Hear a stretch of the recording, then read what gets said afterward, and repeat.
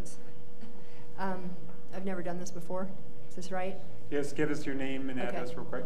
I'm Patty Braceland Sikora at 1027 Pitkin Avenue. And I am here to just speak to the traffic issues on Pitkin Avenue. I'm going to read because I will go off on tangents otherwise. I've lived on Pitkin Avenue for many years, and there's always been traffic issues, mainly because it's a school zone.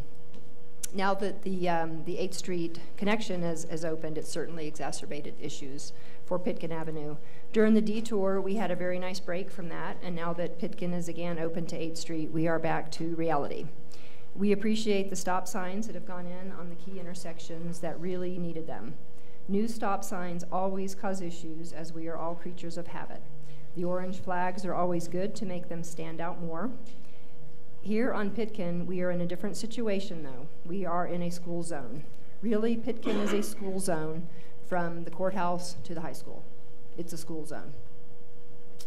It's where we are. We have multitudes of cars dropping kids off, or high schoolers driving to school, pedestrians and bikers. People still often run the stop sign at 10th and Pitkin, and that was put in sometime last year. And obviously, at this point, the new stop sign at 11th is being overseen quite often. Again, being that this is a school zone, the safety of a lot of kids is at stake. I would like to ask for the same attention that was given to Midland Avenue, now to be given to Pitkin and the rest of the downtown area. We would like to see lighted stop signs at the four-way stop signs at 10th and 11th. This is the heart of the school zone. Those stop signs need to be seen. We need pedestrian crossings on Pitkin at 11th. There are none. We have a sign in our yard that says to yield to pedestrians in the pedestrian crossing. There is no crossing. They came out just before school started, and they put pedestrian crossings on 11th Street, but not on Pitkin. People cross there all the time. I was in contact with the Glenwood Police Department yesterday. We had a big meeting about it, and they said people cross there all the time. This is a huge hazard that there is no pedestrian crossing on Pitkin Avenue at 11th Street. We would like to see speed humps from 11th at the high school. You know, now we've got sign stoppage at 10th and 11th, and now it's a raceway from 11th to the high school. There's no more room for stop signs. We don't really like stop signs. Everybody stops and starts. There's a lot of noise, but it's the only way to get people to slow down if they see the stop signs. So speed humps, just throwing out ideas here, from 11th to the high school. Again, we don't want this in our neighborhood, but we need the traffic to slow down. We need the high school kids. That's a lot of it. You know, I watched yesterday 2 kids fly through the stop signs, didn't even stop, and there was a woman walking her dog out in front of my house screaming at him to slow down. So the stop signs aren't stopping them. Maybe lighted stop signs. Lighted stop signs like the one on Midland Avenue. This is a school zone. We need these. Speed humps, please, from 11th to the high school, and maybe even the signs, the radar signs that flash your speed, the permanent ones. We've asked for the radar cart. It's now on Pitkin. We appreciate that. So maybe the permanent lighted signs that are on Midland Avenue that give you your speed. And I'm sure this is already in the works, but more school zone signs. The 1000 block of Pitkin does not have any school zone signs. We are the main entry and exit from the school now. We need school zone signs. The flashers, the 20-mile-per-hour line, those are all on the 900 block, and now they need to be on the 1000 block as well. Okay, thank you for your consideration. Please, when you're making decisions, do the right thing and not the politically correct thing. Thanks, Patty. Thank you. Is there anyone else who would like to speak to us about something not on this evening's agenda? All right, seeing none, I will close that and bring it back to council for any council comments. Shelley. I just wanted to follow up Patty's comments on around 11th Street and Pitkin. I do understand that the new stop signs have gone in, and I think it takes a while for people to get used to new stop signs. It helps that Terry or whoever puts them in, they put the big flags on them, and that can kind of flag them too. But I don't know about if you really want a red flashing stop sign in front of your house all the time, but I do agree that the school zone, the flashing ones that would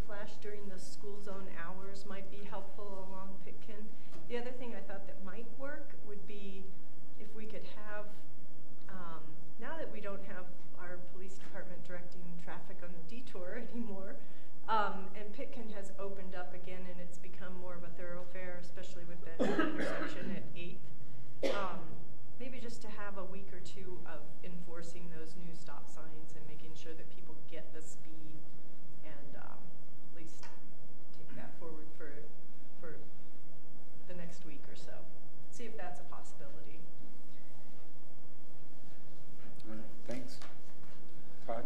So one thing, and I agree with you, my first house in Glenwood was 928 Pitkin, and it took, I think, until maybe a year and a half ago to get that 10th and Pitkin school crossing. I used to watch little kids run. I mean, they'd look back and forth and run across the street, including my kid. And I was like, why can't we have stop signs there? So I agree with everything you've said. I've always said we don't owe people a fast trip through our town. We owe people an organized trip through our town. I would love to see all of our side streets slow down to 20 miles an hour, not 25 miles an hour. I mean, I don't see why you need to be going any faster than that down Pitkin, Colorado, Blade, Cooper, any of our downtown old streets. So, and we're getting there. I mean, we have those discussions a lot. You can ask Terry. we have discussions a lot. I would suggest getting together with Sumner Shackner, with the Imagine Glenwood folks, because those guys, they started out kind of Blake focused, and Blake has the same issues as Pitkin. But all of our streets, people need to slow down. I don't know exactly what the traffic calming measures are, but in our old town, they're going to have to slow down. And whatever that means is what we need to do. And definitely now, since the school has got an intersection now, or an entrance and exit that's another block down, now we need to go to the next block and deal with that. But I agree with you on the school zone. It's generally all of Pitkin now, the whole darn stretch. So anyway, anything I can do to help, I'm here still pushing those agendas too. And I think Imagine Glenwood is doing a good job of reaching out further than Blake now. So join forces with those guys. They're getting things done. We just joined forces this There you go. If I may, I think what we're going to do in 2018 is start a process back up to kind of evaluate traffic calming, like where we should do it, and then start developing those for budget consideration. We don't have a budget for this year. Most traffic calming measures that work are not inexpensive. So we do need a process. We need a way to rank them. Right. And then as we fix our streets, yes, we can look at ways to do it. But you know, while stop signs may work all the time, there are better solutions out there that we should be considering. Or stop signs work some of the time. There are better solutions out there that we should be considering and then budgeting for. Right. Right. Yeah, better Yeah. solutions than throwing the stop signs at every corner. What about putting a stop sign in the middle of the intersection, not in the middle of the intersection, but If you're going to speak for the record, you got to come up to the microphone. am I allowed to? Yeah, I'll let you. What about a stop sign in the middle of between the lanes in the four-way stops until, like, the orange flags, like you said, they work, kind of, but to call more attention to it, a stop sign between the two lanes and those new four-way stops, especially again in the school zone. You know, we watched yesterday one of the teachers from GSES. She was standing beside the road. She's not allowed to direct traffic, and she was frustrated, but she stood there at 11th trying to get people to see the stop sign. At 8 o'clock in the morning, somebody just flew through the stop sign, and these are kids. It's scary. Yeah. All right, thanks. Patty. Thank you. All right, any further, or no, council comments? Sorry, Catherine. Oh, I would just echo what Todd said too, and I'd really like to. I think, and I could be wrong, but I think those flashing pedestrian crossing signs seem to be pretty effective. That where we have them, they're over by Yampa and there to other. But I know that they're kind of expensive. They're kind of expensive, and I know Terry is worried that if we put them up everywhere, right? then they become meaningless. But if we put them by the school areas, I mean, yeah, because these are, I mean, this is an elementary school, so. I would like to put them on the safe route to school I guess I just, like Deborah said, we should be cautious about where we put them because otherwise they blend into the background. And they are about, both the flashing stop signs and the RFBs that we placed, about $9,000 per installation. And So I'd rather have not the flashing stop signs, but The- yeah, pedestrian crossings, the stripes are easy, but flashing stuff is expensive. flashing stuff. Terry, have you had any complaints from those stop signs since they went in? I haven't, but I think they're very bright. I think they're doing it well. At least from my perspective, they seem like they're doing a good job. They are. I was concerned about the neighbors around them, because if you had that, it is so bright, you know, that red strobe going off all night long, I would be, I'd be up there with a can of spray paint, probably. Yeah. I haven't heard from the surrounding neighbors yet, and it may be something that we'll hear from soon.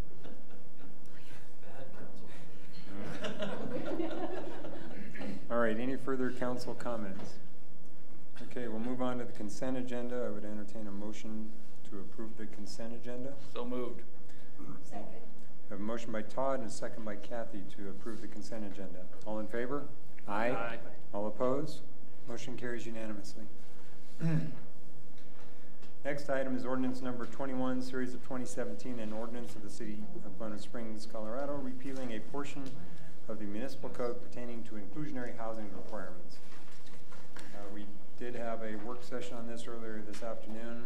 There are, for the results of our work session, there are two issues we want to address as part of this item. The first one is, do we want to instruct our staff to have Clarion put inclusionary housing regulations, write these inclusionary housing regulations into the new land use regulations or not? And the second issue is, do we want to approve this ordinance or not?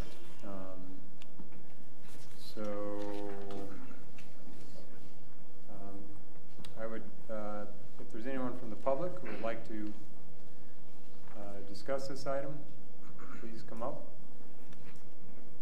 All right, seeing none, I will bring it back to council for discussion or a motion. Todd.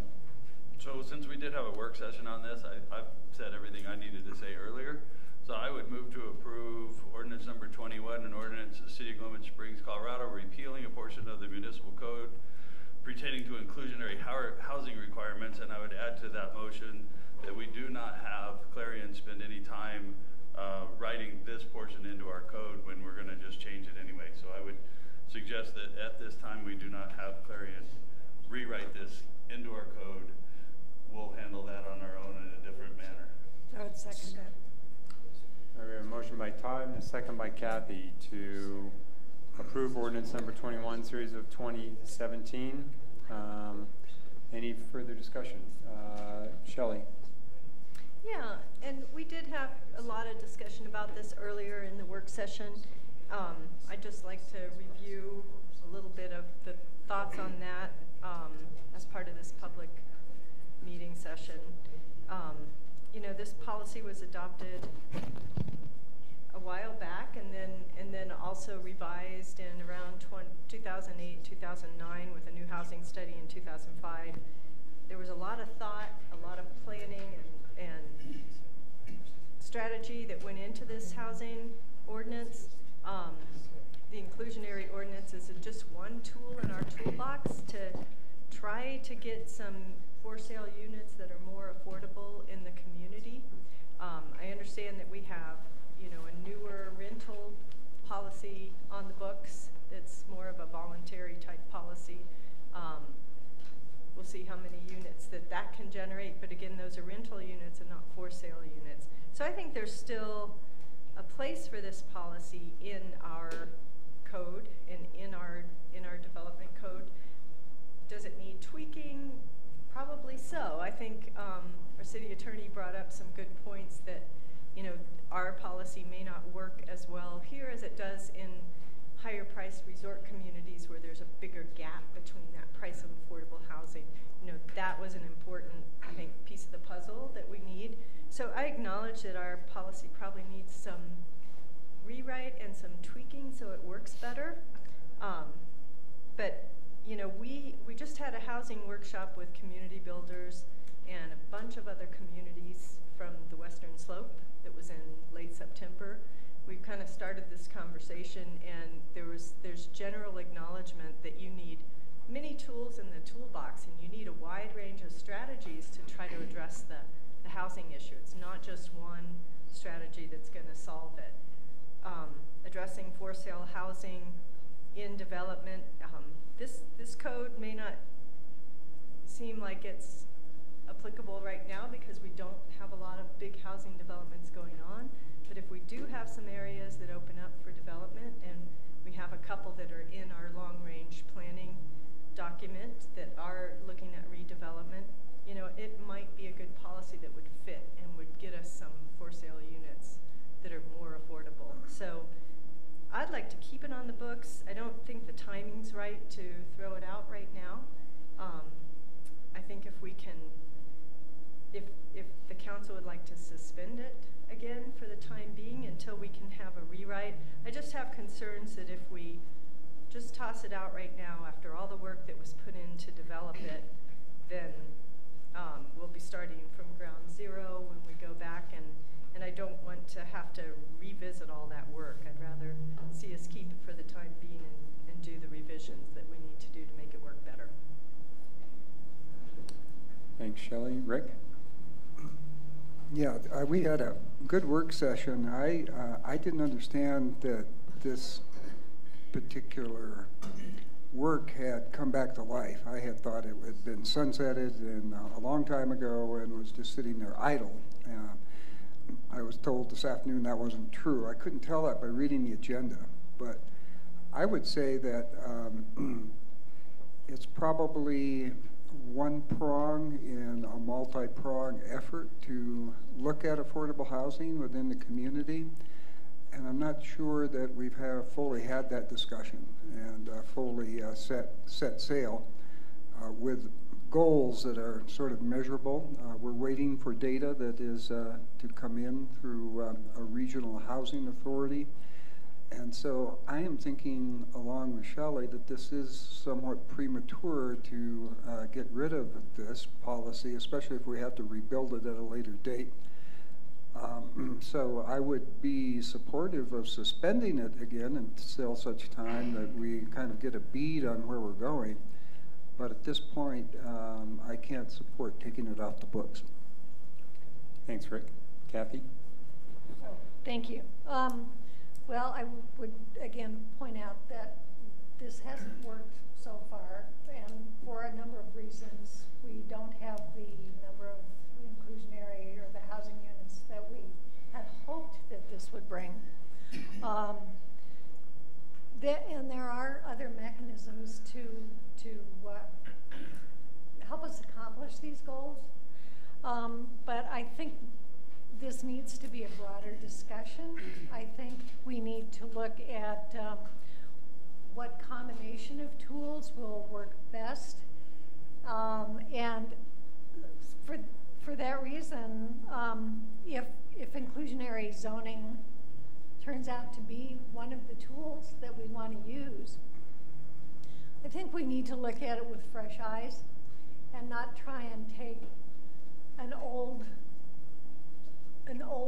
system that we were using and plug it in or try and rework it and make it new. I think we need there are new ideas about all of the tools that are in the toolkit, and I think there are some new ideas possibly about how inclusionary zoning could be used, but to try and take something that obviously has not worked and try and rework it, I don't think is probably the best use of our time, and certainly not or Money or Clarion's time.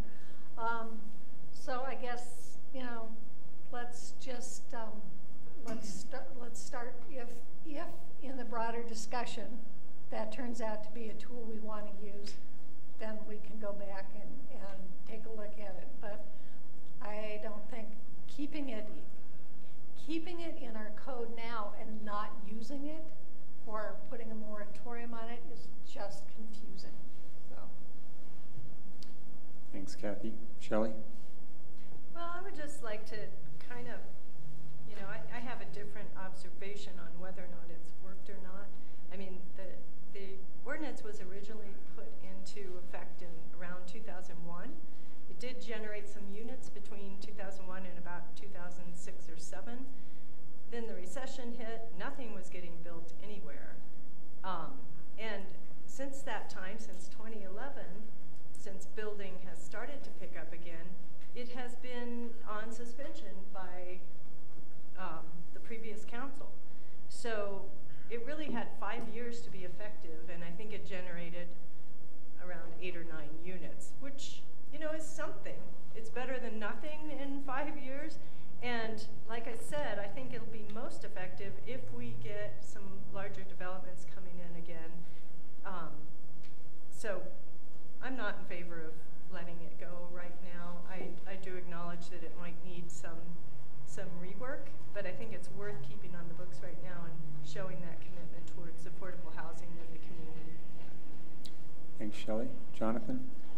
You know, one of the things I didn't feel like I got some understanding of, so I guess I'll ask Deborah and Carl now, is what, how does it work with the code?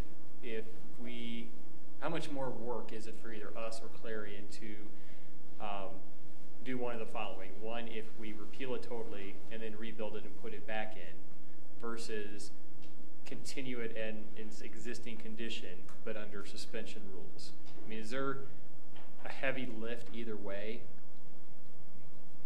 I mean, I guess, I think with regard to, if we're going to ask Clarion to integrate it into the code, then if we decide we want to pull it back out or do something differently, it's whatever resources they've spent on creating that.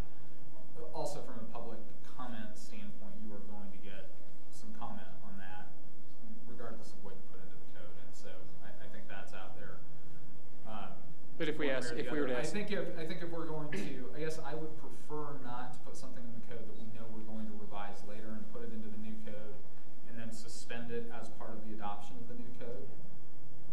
I'd almost rather not have anything in there, keeping in mind that you can always have a conversation with the developer when they're in front of you about whether or not they want to provide some affordable housing and what you might be willing, you know, what kind of the horse trade is over that, which is essentially what this was in the code.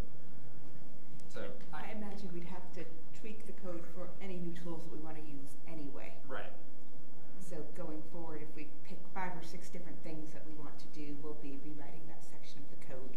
Yeah, one way or the other. I guess what I'm saying, if there's nothing in there and we write it fresh and anew, we drop it into place, maybe have a placeholder in the code that doesn't have anything, might be one approach. We could drop this in wholesale.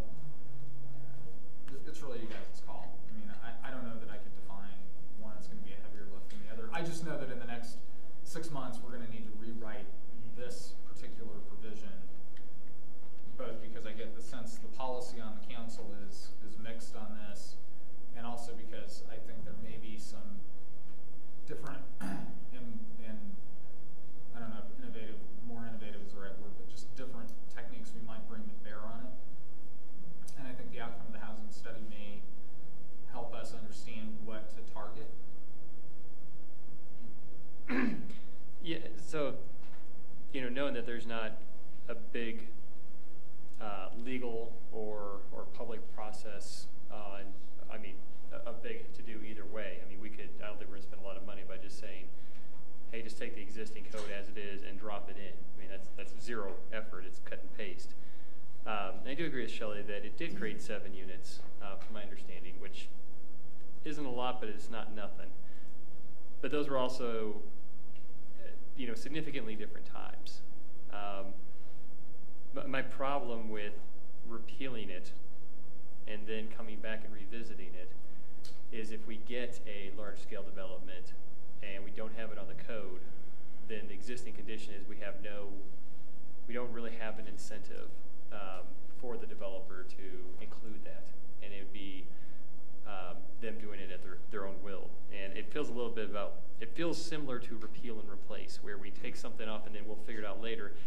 And I'm a little worried that we won't figure out something later because of the tyranny of the urgent, that we'll, you know, find something else to get fixated on, and then we just won't ever revisit it.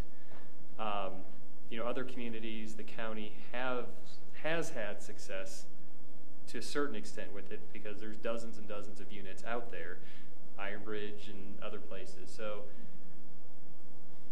I don't know. Can I ask a question just for yeah, please.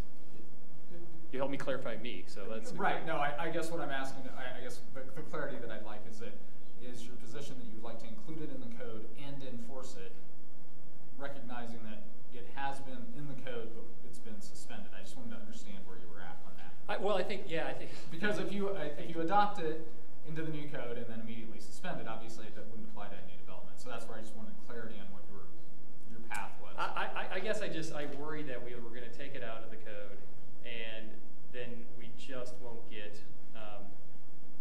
we won't have an incentive to readdress it and address it in a real thoughtful manner, in a timely manner. And really, it's not even a big deal today because of construction defect laws. We don't have people building for sale units that are multifamily that are requiring, that would be required. It would apply to any residential development, single family or multifamily. Okay. No, not single family. Only over larger than 2, you got to have Right. 3 or more units. But if you did say Say a subdivision with 20 units of single family residential, It would apply to that. Right, yes. I know, it has Right. only been Okay. used in multifamily in Glenwood because we haven't seen a large scale single family residential development, but say you did 300 units over on the Meadows, Yeah. it would apply. It would Yeah, apply. I'm thinking more of a developer situation. I'm not thinking of Mr.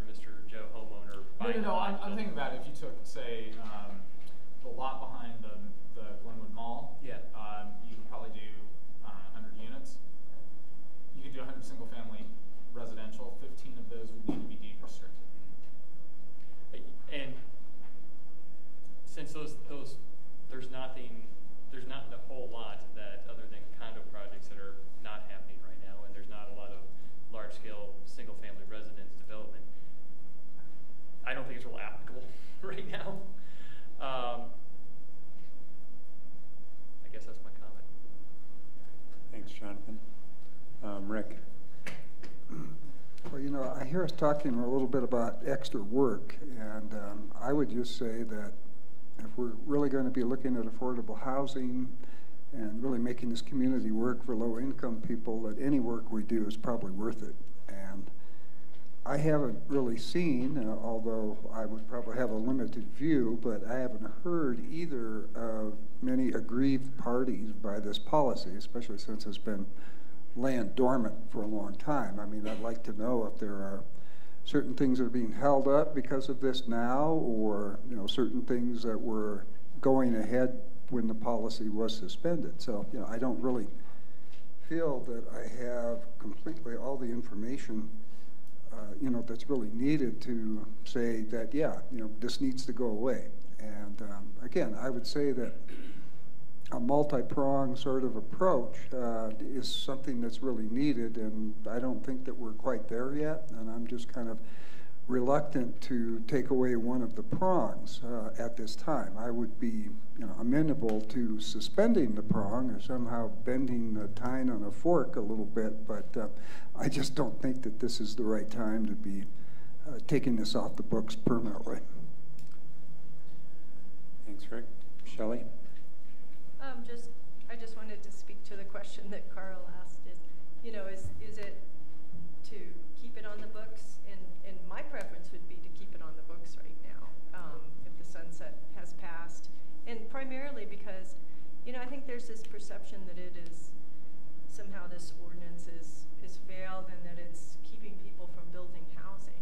Well, it obviously hasn't, because it hasn't been in effect since 2011. So that's not what's reducing building. I think it has to do with many other factors in the market right now. And like I said, I don't think this ordinance is perfect, but I think it's what we have right now. It's a starting place, and I'd rather just keep it on the books right now, and that will keep us in some type of urgency to correct it if we need to and tweak it a little bit. But it is a tool that we have in the toolbox, and I'd like to see us keep it. Thanks, Shelley. Jonathan? Yeah, Todd, you've done some development in town. So, as a developer, what is the difference to you whether there's not an ordinance on the books at all or there's an ordinance that's suspended for 2 years? Does it matter to you when you're making those decisions? I would rather probably have these discussions in a work session or something when we start going towards what the new techniques and new ideas out there for inclusionary housing. I mean, this is, I'd just leave it at that for now, because we're going to have a lot of time to replace this policy if in fact it does something that's not worked in this end of the valley. I think, I don't want to throw Carl under the bus, but I think he hit it right on the head. When you have an average home price of $3, $4, $5 million, this type of program can work.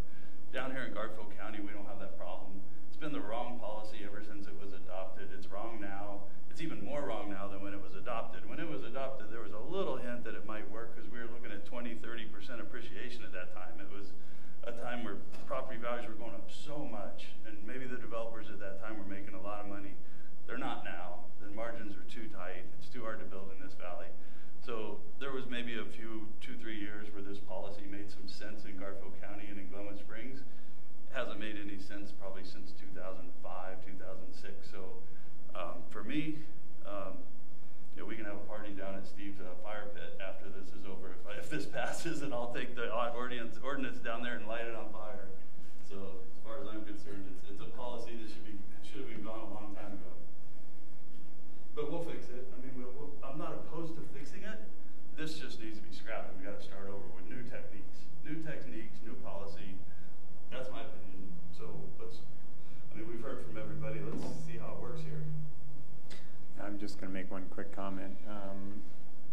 I think that this policy has not worked. I think that it's wrong-headed. It basically is saying, okay, we are hungry, so let's tax the baker.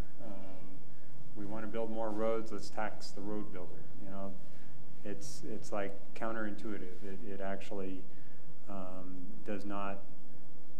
It penalizes the people that are providing the product that we're actually trying to get. It just, in my opinion, has never made sense. Yeah, if we were in Aspen, where there's a $2 million difference between cost of building something and what you could sell it for, then it might make more sense. But here, I don't think it does. I think housing is a significant need. I think it's actually an element of our economic development that we need to focus on. One of the facets of economic development is the ability of businesses to hire employees. And when they can't hire employees because those employees can't find any place to live, that has a dampening effect on the economy. So I'm personally very motivated to see a workforce housing program implemented, but I don't think this is the policy. I don't think taxing the home builder to provide homes makes any sense at all. If it's a need for the community, then the community needs to pay for that need. So that's my own thought. At this point, I would go ahead and call the motion. Trogger, yes. Goldis, no. Davis, yes. Gamba, yes. Leahy, yes. Voorhees, no. Cope, no. Motion passes. All right, moving on. Ordinance number 22, series of 2017, an ordinance of the City of Glenwood Springs, Colorado, fixing and certifying the mill levy on the 2017 assessment for collection in fiscal year 2018 for the Glenwood Springs General Improvement District number 1980 and providing for a temporary tax credit. This is a first reading. This is just the mill levy we have to set, I believe, for the GID. Okay. Any questions for Deborah? All right, at this point, I would open it up for any public comment. Seeing none, I'll close it to the public and bring it back to council for discussion and/or motion. Kathy. I would move to approve, ordinance number 22, series of 2017, an ordinance of the City of Glenwood Springs, Colorado, fixing and certifying the mill levy on the 2017 assessment for collection in fiscal year 2018 for the Glenwood Springs General Improvement District number 1980 and providing for a temporary tax credit. And second. We have a motion by Kathy and a second by Shelley to approve ordinance number 22, series of 2017. Any further discussion? Let's go ahead and call the question. Trogger, yes. Goldis, yes. Davis, yes. Gamba, yes. Leahy, yes. Voorhees, yes. Cope, yes. Motion passes unanimously. Okay, next Next item is ordinance number 23, series of 2017, an ordinance of the City of Glen Springs, Colorado, fixing and certifying the mill levy on the 2017 assessment for collection in fiscal year 2018 and providing for a temporary tax credit. This is also a first reading. And this is for the general mill levy that we have throughout the city. All right, any questions for Deborah about that? Anyone from the public would like to make a comment on this item? Seeing none, I'll close it to the public and bring it back to council for a motion. Kathy. I would move to approve ordinance number 23, series of 2017, an ordinance of the City of Glenwood Springs, Colorado, fixing and certifying the mill levy on the 2017 assessment for collection in fiscal year 2018 and providing for a temporary tax credit. All right, we have a motion. Is there a second? Second. We have a motion by Kathy and a second by Todd to approve ordinance number 23, series of 2017. Any further discussion? Let's go ahead and call the question. Trugger, yes. Goldish, yes. Davis, yes. Gamba, yes. Leahy, yes. Voorhees, yes. Cope, yes. Motion passes unanimously.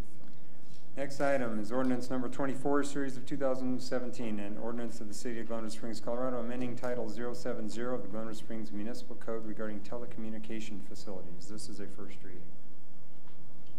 We have a presentation.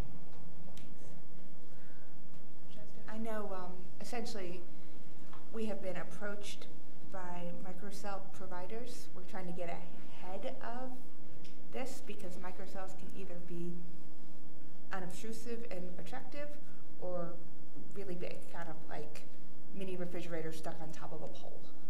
So since they're allowed by right now, we just kind of want to get ahead of this and make sure we're getting the type that we want. And I don't know, I probably real briefly, we had a phone meeting with Verizon on this. Just the idea that the microcells really are to fill in underneath the macro cells, the really big towers you see. These have what is it, about 400 to 1,000 foot radiuses, so there are lots of small antennas. Could have a really big visual impact on everything that we've been doing. So that's part of this. Is just because of how they are, the number of them compared to the big macro towers that try to make them look like trees or put on, co-locate on towers and things like that. This is a different kind of thing. Yeah. And we do want them, right? Because they will improve cell service. But we just want them to blend. Yeah. So I don't have a presentation, but just wanted to briefly show a few of these slides from Verizon. This right here is a pole. I believe this is an installation in Denver where they didn't want to add a light, but that is one of the microcells that's masked. There's some additional examples of things that we probably wouldn't want, like this one where there's those kind of radio tower elements that are at the top. But this is one of those small cells. Again, that version from Denver. Here are some other examples. This is from LA. And I think this is something that we would try to avoid. We would prefer to have them where they're, that this element was, I think, in a map kind of kiosk in San Francisco. And so this would just make it so that they would have to mask them or make them look like they're part of the rest of the built environment. Okay. Thanks, Jen. So you said they're allowed, their use allowed by right. Is that something that was a recent state statute that changed that? The governor signed the legislation into law in April, so it's relatively new, and we do anticipate that we might get some comments from the industry between first and second reading, but this is an attempt to address that and bring our code into that new compliance. Jen, the pictures you showed are all on towers.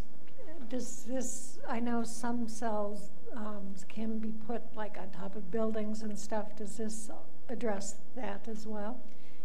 It, the rest of our, it kind of brings everything into one section of the code. Okay. So we already required large installations to match ask themselves to look more like the built environment to the extent that they could. So this would, it addresses all of those things, but the new legislation addresses things within the right-of-way and allows these companies to locate on an existing light standard or other element in the right-of-way, and we would just like them to blend in with the light standards that we have. Could you real quickly just describe the review process or permitting process that would happen, or is there any? In other words, we're just creating these regulations and it's a self, you know, if I'm Verizon, I comply on my own with these regulations, or does it go through the planning department? It would go through the planning department. We have a certain number of days that we have to approve them, and we would anticipate that we would be negotiating maybe potentially master leases with the Verizon, for example, and they would give us a number of these microcells that they intend to install in town, and we would have some negotiation with them about what they would look like. Okay. So I guess I'm kind of curious on the use by right. They can't use our light poles by right, correct? I mean, they would have to get permission from us under any circumstance to modify our light pole to. Not so no. much. It's our light pole. Yeah, it's also our right-of-way, and they can, if we don't agree to let them in the right-of-way, they can go ahead and be in the right-of-way on their own for telecommunication purposes. Colorado passed some legislation probably 15 years ago, 17 years ago, that was proposed by Quest that as opposed to, say, cable franchise, pretty much exempted telecommunications from regulation by local communities. So unless you have standards in place, they have a fairly broad ability to utilize right-of-way and what things look like, even if they are on private property or whatnot. So it's you really have to kind of step in and do some regulation of design and location. Case law on it is that you can apply reasonable regulations to them, but you can't exclude them. So you couldn't say, no, you can't be in a right-of-way at all, and they may stick a pole in the right-of-way as long as it's safe, and hang an antenna on it. Okay. All right. Any questions for staff? All right, at this point, I would open up to the public for any public comment on this item. Seeing none, I will close it to the public and bring it back to council for discussion or motion.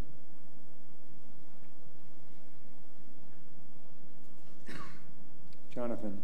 I move to approve ordinance 24, series of 2017, an ordinance of the City of Glenwood Springs, Colorado, amending Title 070 of the Glenwood Springs Municipal Code regarding telecommunication facilities.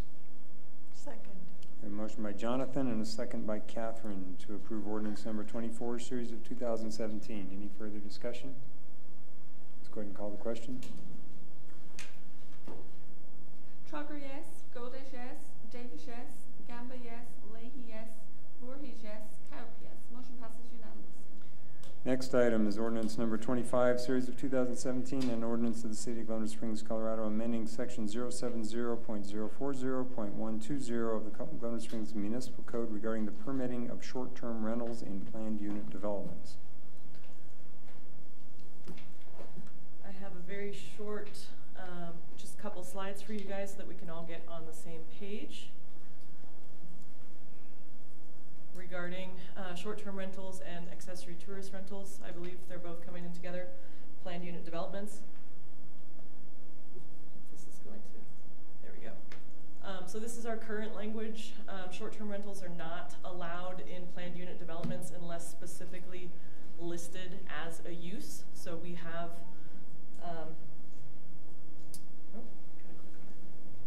get back to those. Here's our zoning map, and I've kind of outlined the planned unit developments, or PUDs, that this would impact. So we've got 9 Those are the residential ones. I haven't included, obviously, Roaring Fork Marketplace. I don't think we have a short-term rental issue out there by Walmart. So adding up all the units that are in these planned unit developments, a rough number, about 677 homes, units that this would impact, that this would open up the possibility of having a short-term rental in their home. To give you an idea of the impact, I would say from a staff perspective, we've had quite a few requests in 2 particular areas of town where people are wanting to have short-term rentals in their planned unit development and have been told no. One way that we offer to get around that is to change it into a long-term rental. So some of those locations in PUDs have chosen that direction and are renting out for a minimum of 30 days, which then it's no longer a short-term rental, and we don't permit or regulate that. So so that we're all on the same page of definitions, little tutorial for you as far as the difference between a short-term rental, which is renting out an entire dwelling unit for a time less than 30 consecutive days. Our accessory tourist rental is renting out not more than 1 bedroom in a dwelling that has at least 2 bedrooms and is owner occupied or has a resident manager on site. Bed and breakfast, because these get confused often, is also very similar to that, where it's renting out specific rooms, has an on-site manager, or is owner occupied and also has a food component. And then our hotel and motel definition, which is the most broad, is just a building or a group of buildings, which could be bedrooms, sleeping rooms, or complete dwelling units. So these get kind of thrown around. They are supposed to be completely separate. As you can see in all of them, the term hotel motel does not include bed and breakfast, short-term rental, or an accessory tourist rental. And that language is included in all of the definitions. So that's, we do quite a bit of education on those terms. So if you guys have questions on how that works, I'm happy to answer that. And then I just have a quick, to give you an idea of the scope of how many short-term rentals, accessory tourist rentals, and bandit units, as you will, that we have currently, and how many of those would fall into the PUD. So this is a map from VRBO, which is Vacation Rentals by Owner, which is one of the 2 major companies that staff peruses for delinquents, shall we say. So there's 67 listed properties on that map, and looking at it, you might think that that's a lot of short-term rentals in Glenwood, but that includes approximately 11 that are 30-day minimums, so they are not included in short-term rentals. 7 are outside of city limits, and those aren't just the ones that are on the outliers. We have quite a few enclaves in town, so there's some that look like they're in town, but they're not. They're actually county jurisdiction, and county does not regulate them at the moment, to my knowledge. 3 of the listings are for bed and breakfasts, so it's not a short-term rental either. It's something different and regulated with its own zoning. We do have 44 VRBO listings that are permitted with the city. Total, we have 64 short-term rentals and accessory tourist rentals that are permitted within the city right now, at this moment. We've also just recently done a sweep looking for non-permitted units, and in the entire city we have 18, and staff is working on those 18. They have been contacted, and most are being pretty good about getting back to us. So of those 18 that are not permitted, so illegal units, 3 are in PUDs. So we only have 3 currently that we have an issue with that would immediately benefit from this changing over. And then obviously a few from those other areas that are operating as the 30-day minimum or have expressed interest in the past and been told no. If I had to count those numbers, probably about 5. So there have been previous efforts by the Oasis Creek PUD.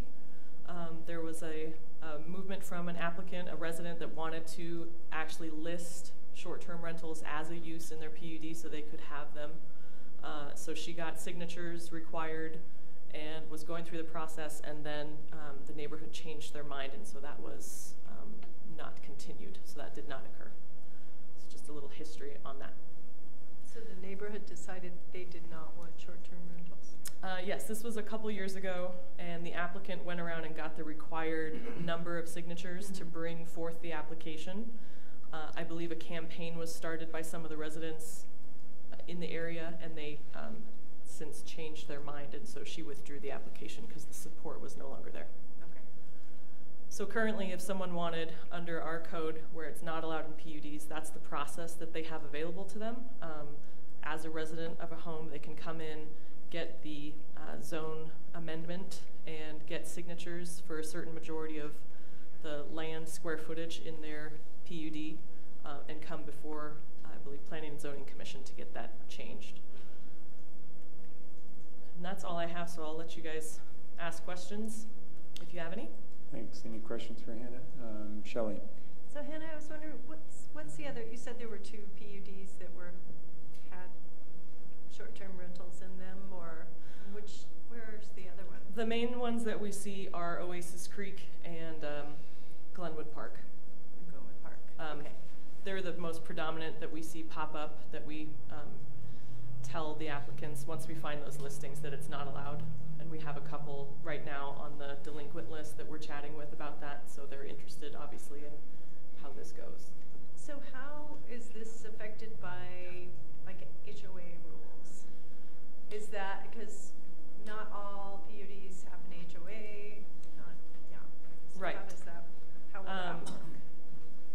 It's an interesting question because we do have some PUDs with some defunct HOAs, and they're kind of the ones coming saying when we have issues arise, with short-term rentals and other topics as well that aren't listed as uses, I don't have an HOA, I don't pay HOA dues, why am I still subject to these rules? Right. But these are listed uses on the original subdivision documents that are recorded. Some are actually listed on the plat. You mean the PUD? Mm-hmm. Yes, right. As far as the ones that don't have HOAs, they're still subject to those listed uses as our code is written now. Right. So if we... I'm not sure if I answered your question entirely. I might reword it another way.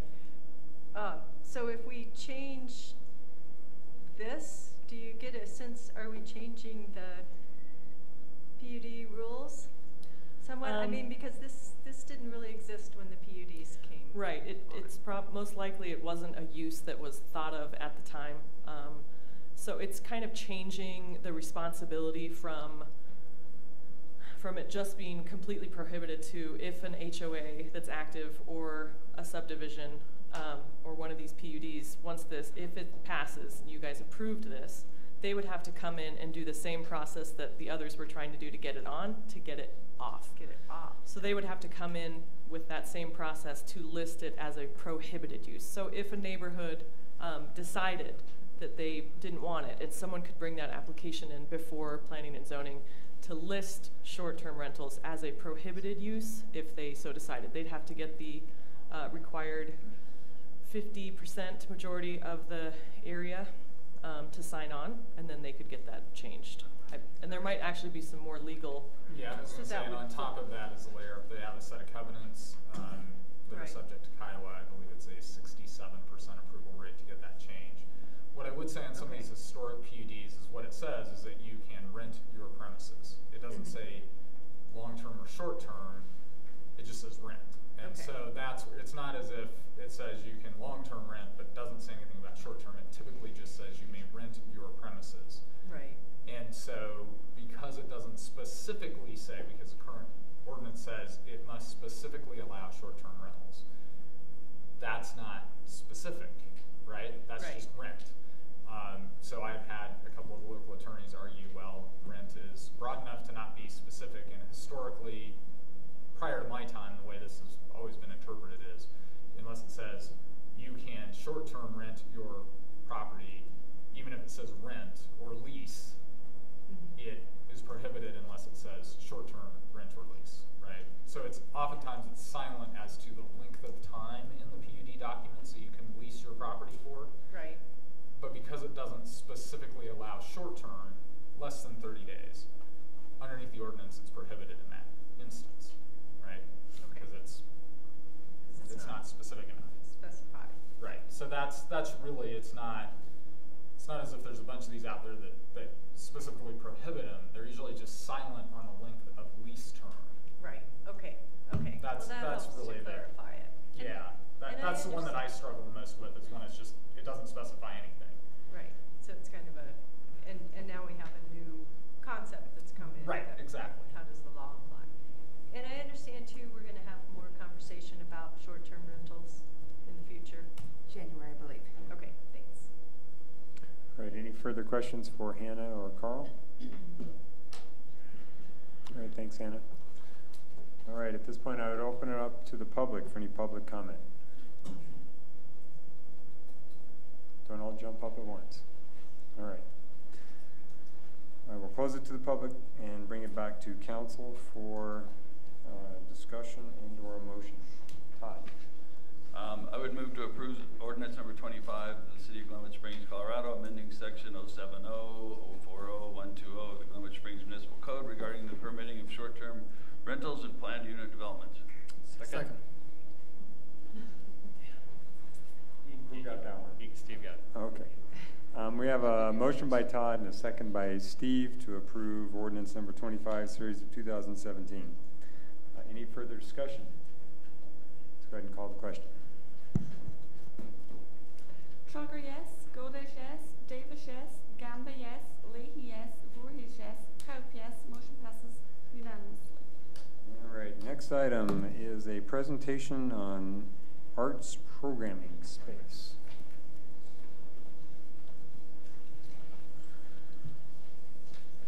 You've done a great job getting through the agenda, so I'll be succinct with this.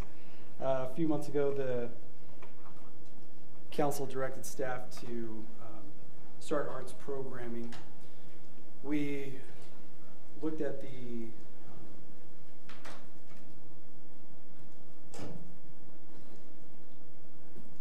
hydroelectric plant building and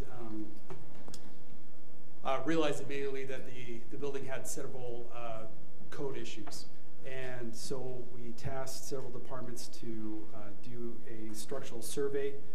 And while that was underway, we also started looking at alternative options for programming spaces to conduct programming.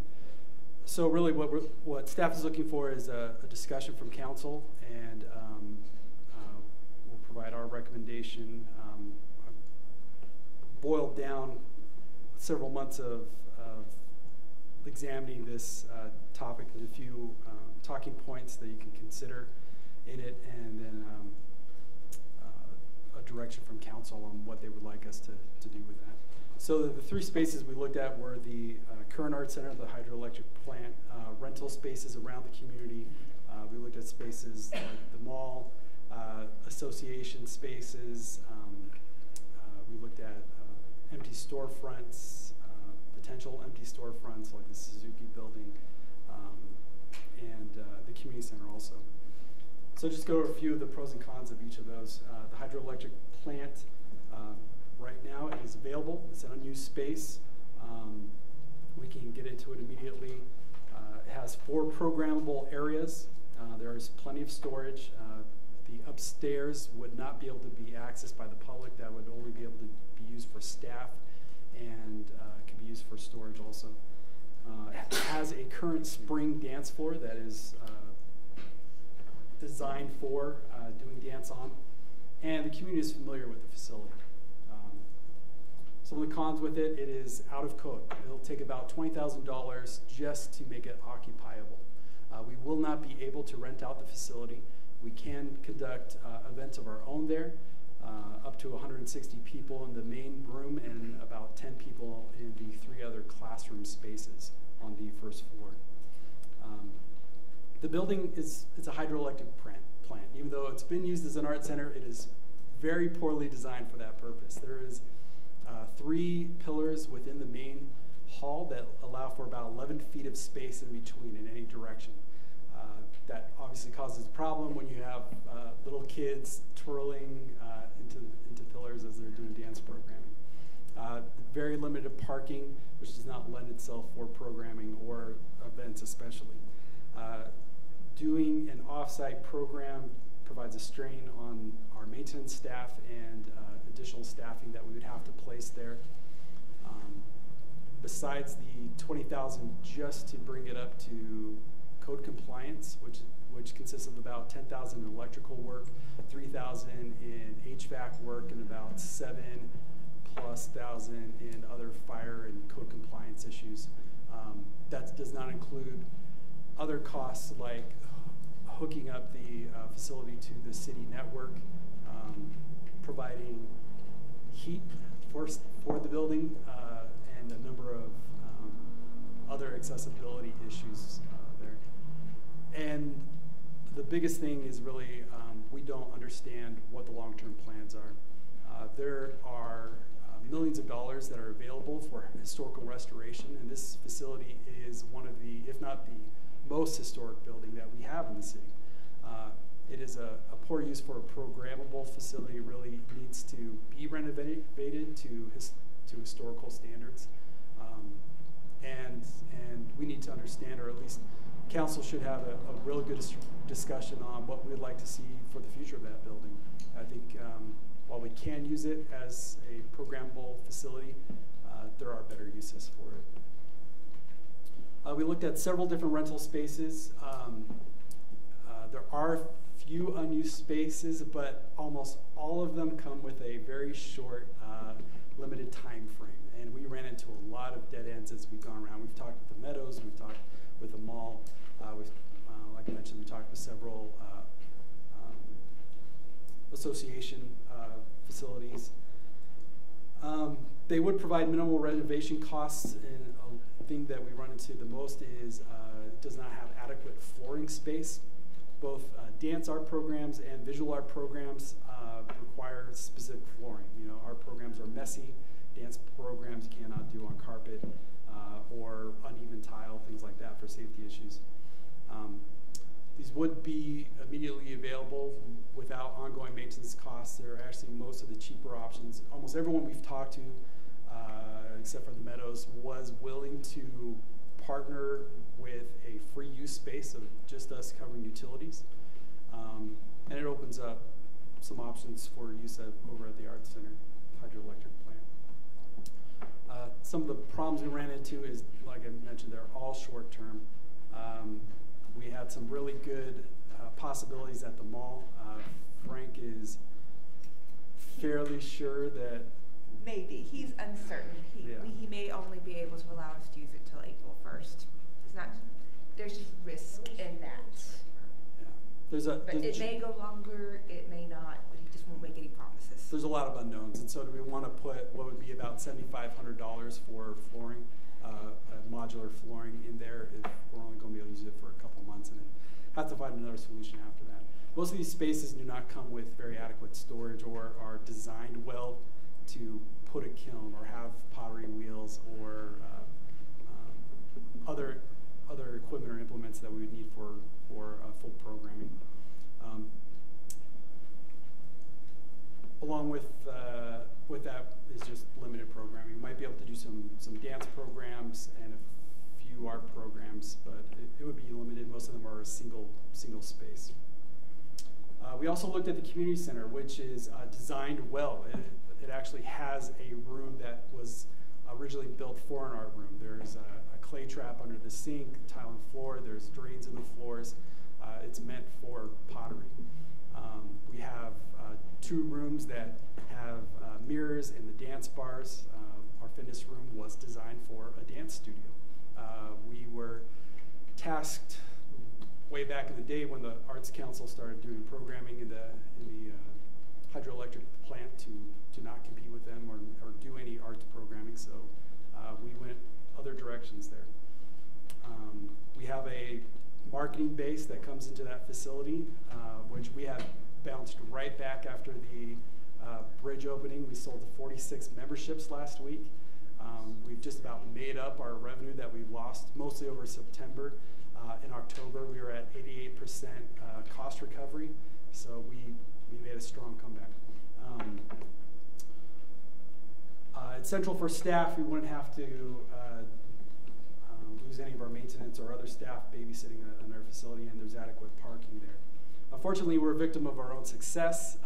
We would be very limited to do any programming there. We just don't have the space.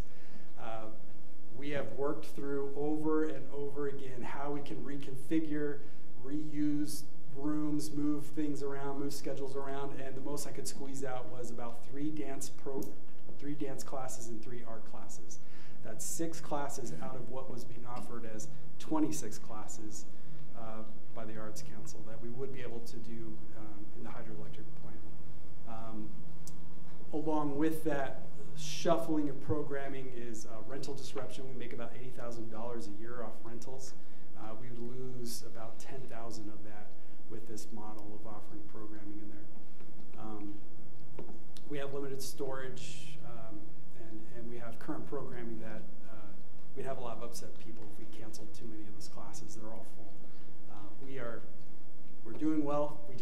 I need more space. It was inadequately sized for the use, and I don't think we could have ever predicted how well it would have been used back when we designed it. So that's the options. Having looked at all of them, we did talk about this briefly at our Parks and Recreation Commission. The discussion was, and recommendation was from the commission that that we not use the Art Center if possible and look at other options, and they directed us to do that, and we have, and we've explored those other options, and we've run into a lot of dead ends. So the staff recommendation, after talking with Deborah, and we've changed our own minds. You know, we've gone, well, this is probably what we should do. Well, no, let's not go right out. So we've probably changed our minds about 3 different times. But the recommendation is, for the time being, to go ahead and use the hydroelectric plant while we explore other options, because that is not a permanent solution for that space. There's better use of the facility. It's not designed for programming, and but in the short term, we do need to get arts programming going. We get questions every single day about it, and we are ready to go. We just need to select a space. So we are asking council to allow us to begin code updates of the facility. We have budgeted $77,500 in the WeCycle fund that we can use for those renovations and any other capital expenditures required to bring us into occupancy compliance. I'd also recommend that we start applying for some of the historical grants. The state is giving out millions of dollars to renovate historical facilities, and we really should do that facility justice and put some loving attention into it. It's been neglected for a very, very long time. And we need to determine as a council what those long-term plans are, and make a decision on the vision of what you would like to see go into that facility, so we kind of have a direction on what we need to do as far as programming goes with it. So I'd ask for a discussion and direction to staff on what you want to do. Thanks, Brian. Jonathan. The WeCycle, the $77,000. Yes. What is that pot of funding? That is in the capital funds budget. We had set it aside this year for matching funds in case WeCycle got a large federal grant. They did not. So I see. It was just a pot of money I remembered that we had access to. Good at finding those pots of money. The what? You're good at finding those pots of money. But there's no chance in 2018 of getting WeCycle down from the Salt and the Up Valley communities down here, correct? Okay. Brian, why? You know, it was a big deal to get the Arts Council to abdicate their lease and get out of there so that we could get in there for programming.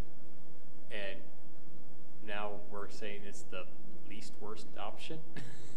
and did we, I mean, these upgrades that we need to make, do we need to spend $20,000, or would we like to spend $20,000? We need to spend $20,000. We should not hold programming in there with it being out of code. So we allowed a tenant of ours to hold youth program in there for years with it being out of code with dangerous situations. Yes. We didn't know that. No, I understand. I'm not saying that Deborah's sitting there. So that lessee, yes. Yeah. Okay. Did not take care of the building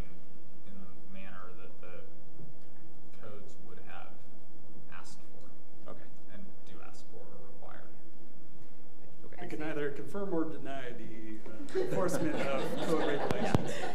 We know now. I have no recollection.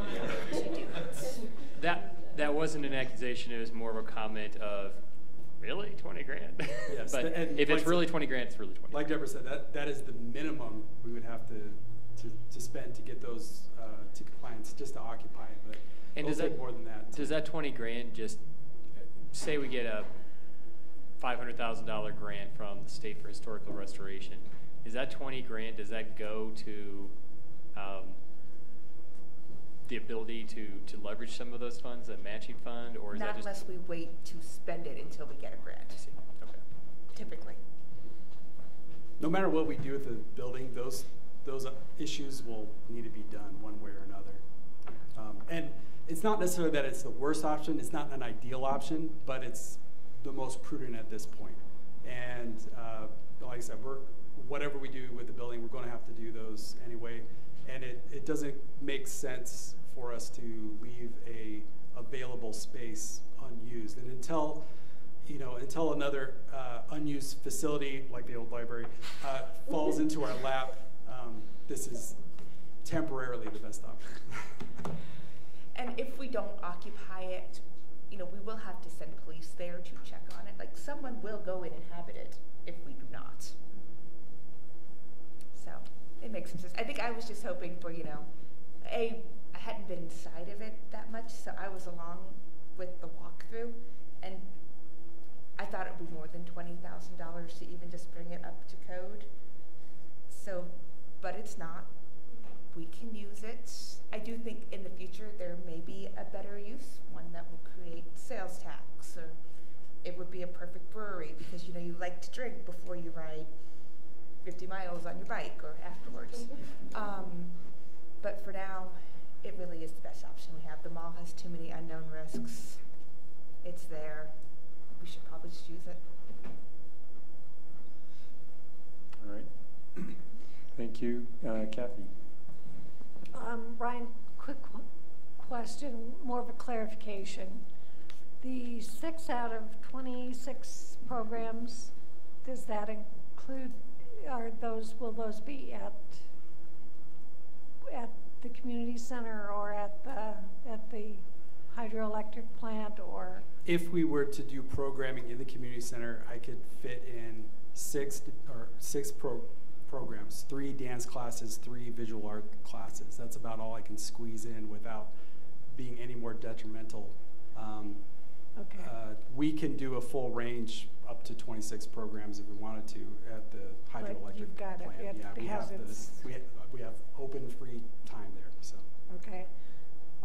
Just out of curiosity, do you know of those 26 classes that were previously offered? How many were dance classes and how many were other classes?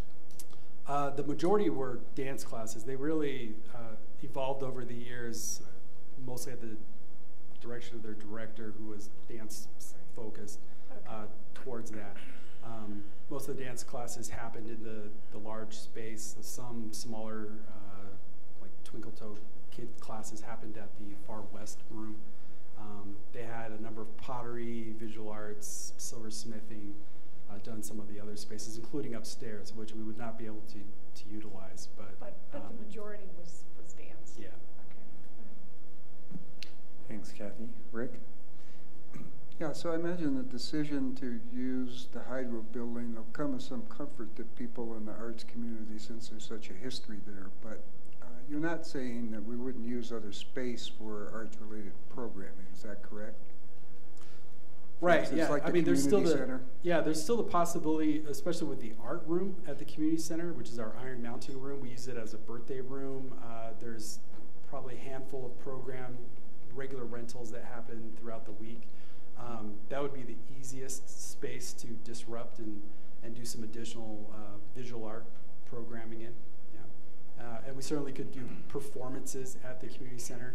Our meeting rooms are much larger. You don't have pillars in the way, no safety issues there, and we'd be able to put on some large-scale performances with adequate parking there. So, and the dance floor there, as I understand it, probably has a limited life. Is that part of the thinking in terms of keeping the building alive and the hydro building? Yeah, from what I understand, there's probably one more resurfacing left in it before that sanding layer is too thin to use and compromise the floor. There's already, we already know that there's some compromised dead spots on the floor. So yeah, eventually something will have to be done with it. Again, just lending to the temporary nature of probably this arrangement if we go into it. And so does that factor in like a replacement cost anywhere in your thinking for? Yeah, we in the arts program budget that we proposed and was approved by council, we also made note outside of that approved budget, different capital costs. One was to replace the floor. There's no existing equipment there, so if we wanted to do pottery, we would have to purchase a kiln, wheels, all the materials, clay, things like that. So there's quite a bit of capital costs associated with anything we do there.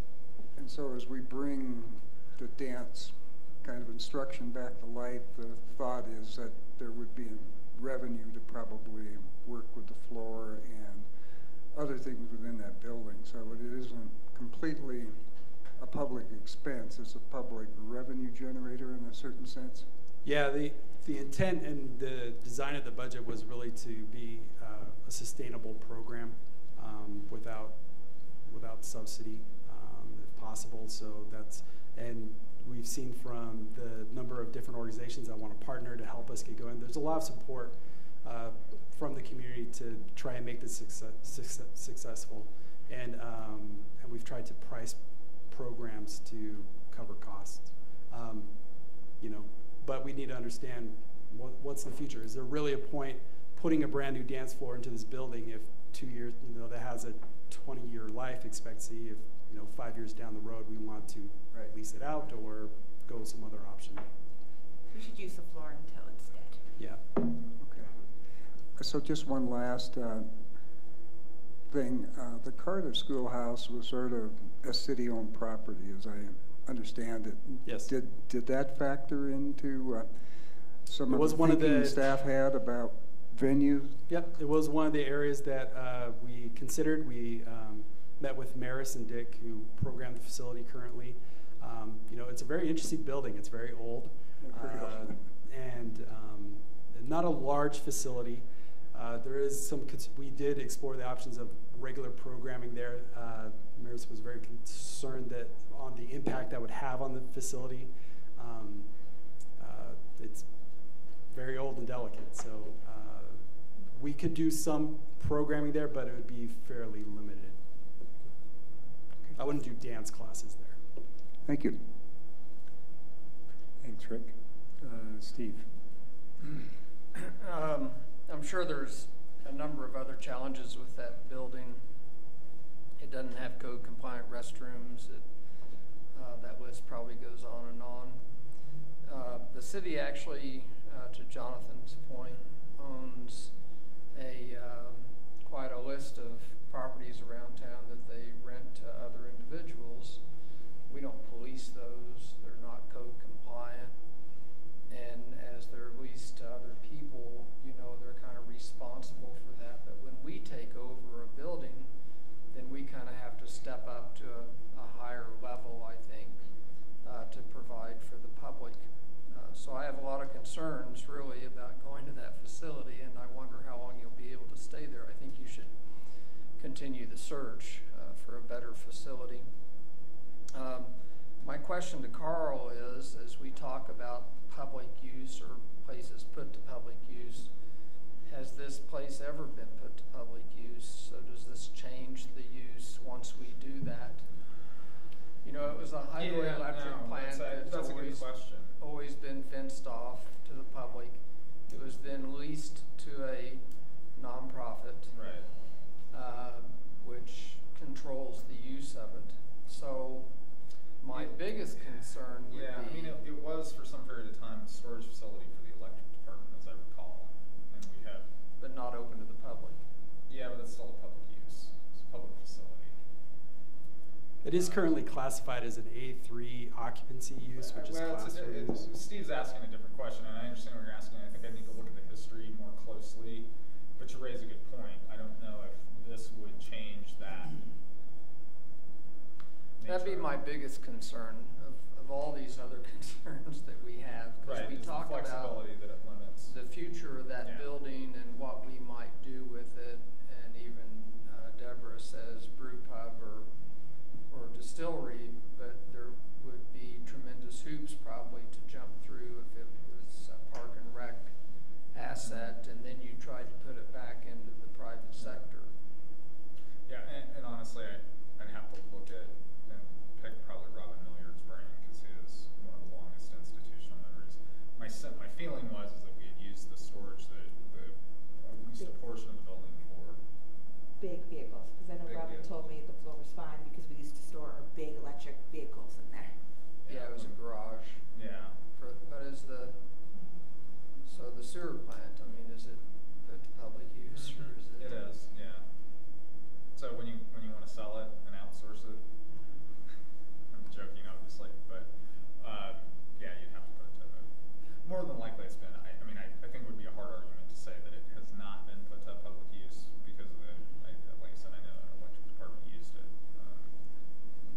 Going back to its original use as the Glenwood Hydroelectric building, Yeah, that was Glenwood Light and Power. Oh, so That okay. wasn't That wasn't the city of Glenwood. Springs, Okay. yeah. But the building is actually still listed as an electric department asset. Right.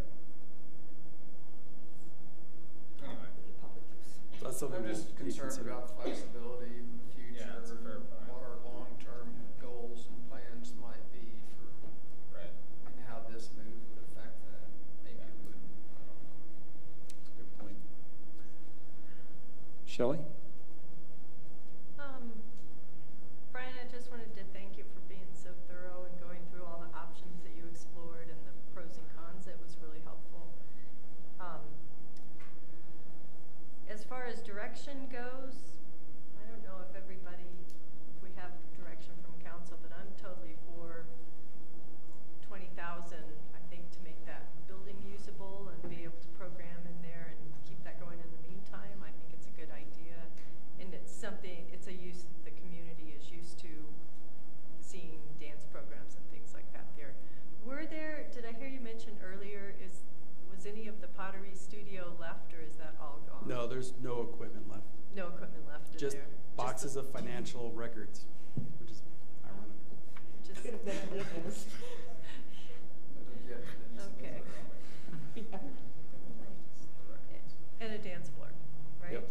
A used dance. Do you have any specific ideas for other programming, like events that could go on? Because we have had events historically there. The Center for the Arts used to host things like wine tastings and things Yeah, like that. you know, and I think once we start exploring more special events in the community, especially as we get this arts and cultural events commission together, and they kind of identify priorities over the next year and what they'd like to see in public art. You know, yeah, there's opportunity for whether that's a gallery, you know, art stroll, wine tasting, whatever. Yeah, there's certainly possibilities. We just have to remember that we can't rent out the space. We can do current programming in there without a sprinkler system, which would be about another $30,000. Okay, right. But we can't rent it out Okay. without those modifications. All right. And then I'd say as far as pursuing grants, historic grants to fix that building up, I think that's a great idea. Yeah, pretty much every staff member that we've talked about with the building has felt that needs to happen. It's an interesting, beautiful It's building. a very beautiful building. It's interesting. It has great history, so, yeah. Okay, thanks. Thanks, Shelley. Todd? Just a quick question. I'm going to run down Steve's rabbit hole with him. As we pay off our round of bonds here in 2018 that paid for the community center originally, do we have a plan kind of for the next phase of the community center? I mean, we've ran through 20 years worth of bonds that are now going to have that facility, if you will, paid off, sort of. I have a half dozen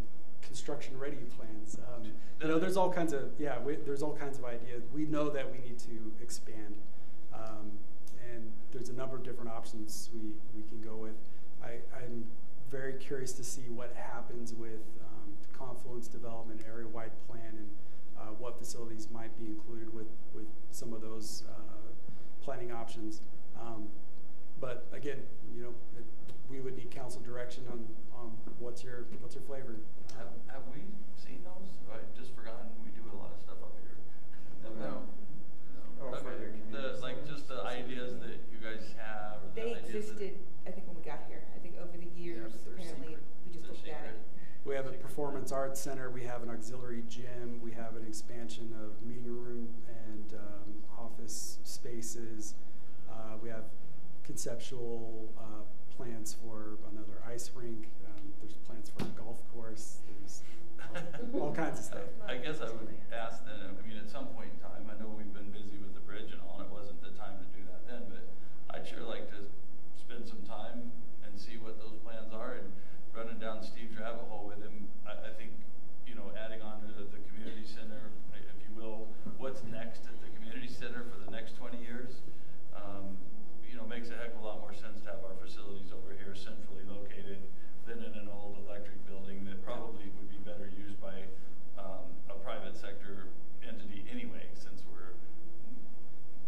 I won't go into all the limitations on that Yeah, building. no, I absolutely but agree. Anyway, it'd be nice to move those, you know, those monies, if you will, and any other monies we can think of and look at what the next 20 years of that community center is going to be. Yeah, you know, as we've been going through our regeneration project, which all the updates that we've been doing is just the very first phase of that.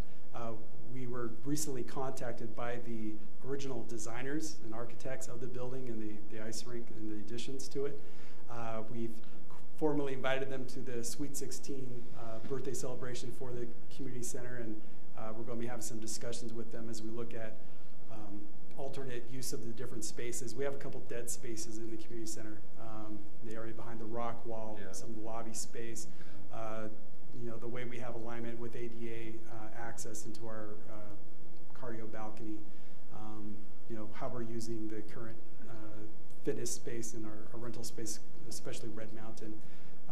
We need to make some changes in configuration so we can make it as efficient and bring in as much program revenue as we can. So yeah, as we look at updates, we're also talking about what are cost-effective additions that make sense. So we'll have those discussions. Yeah, I'd love to have a work session with you guys in those plans, see just to start thinking about what's possible. Yeah. And what moves would need to be made to make that possible. Thanks, Todd. Steve? I don't mean to ramble, but just curious about your statement that it couldn't be rented out. And in fact, Shelley and I were at a wedding there at one point. I mean, they used to rent it out for private events. Is that something that in the government sector you can't do, or is it? According to code, you would need to have a fire suppression system in there to do a private rental. So they illegally rented it out, probably. Okay. Again, I cannot confirm or deny. Code compliance. And don't they rent out Cardiff School as a private? They've done some venues there. I don't know who runs them. Yeah. Jack Green is the contact for the full Cardiff School. But that could be a square footage thing. Yeah, that's it. And there's no actual rent. It's just donation based. Okay. There's not a So transaction. you could donate it for a wedding.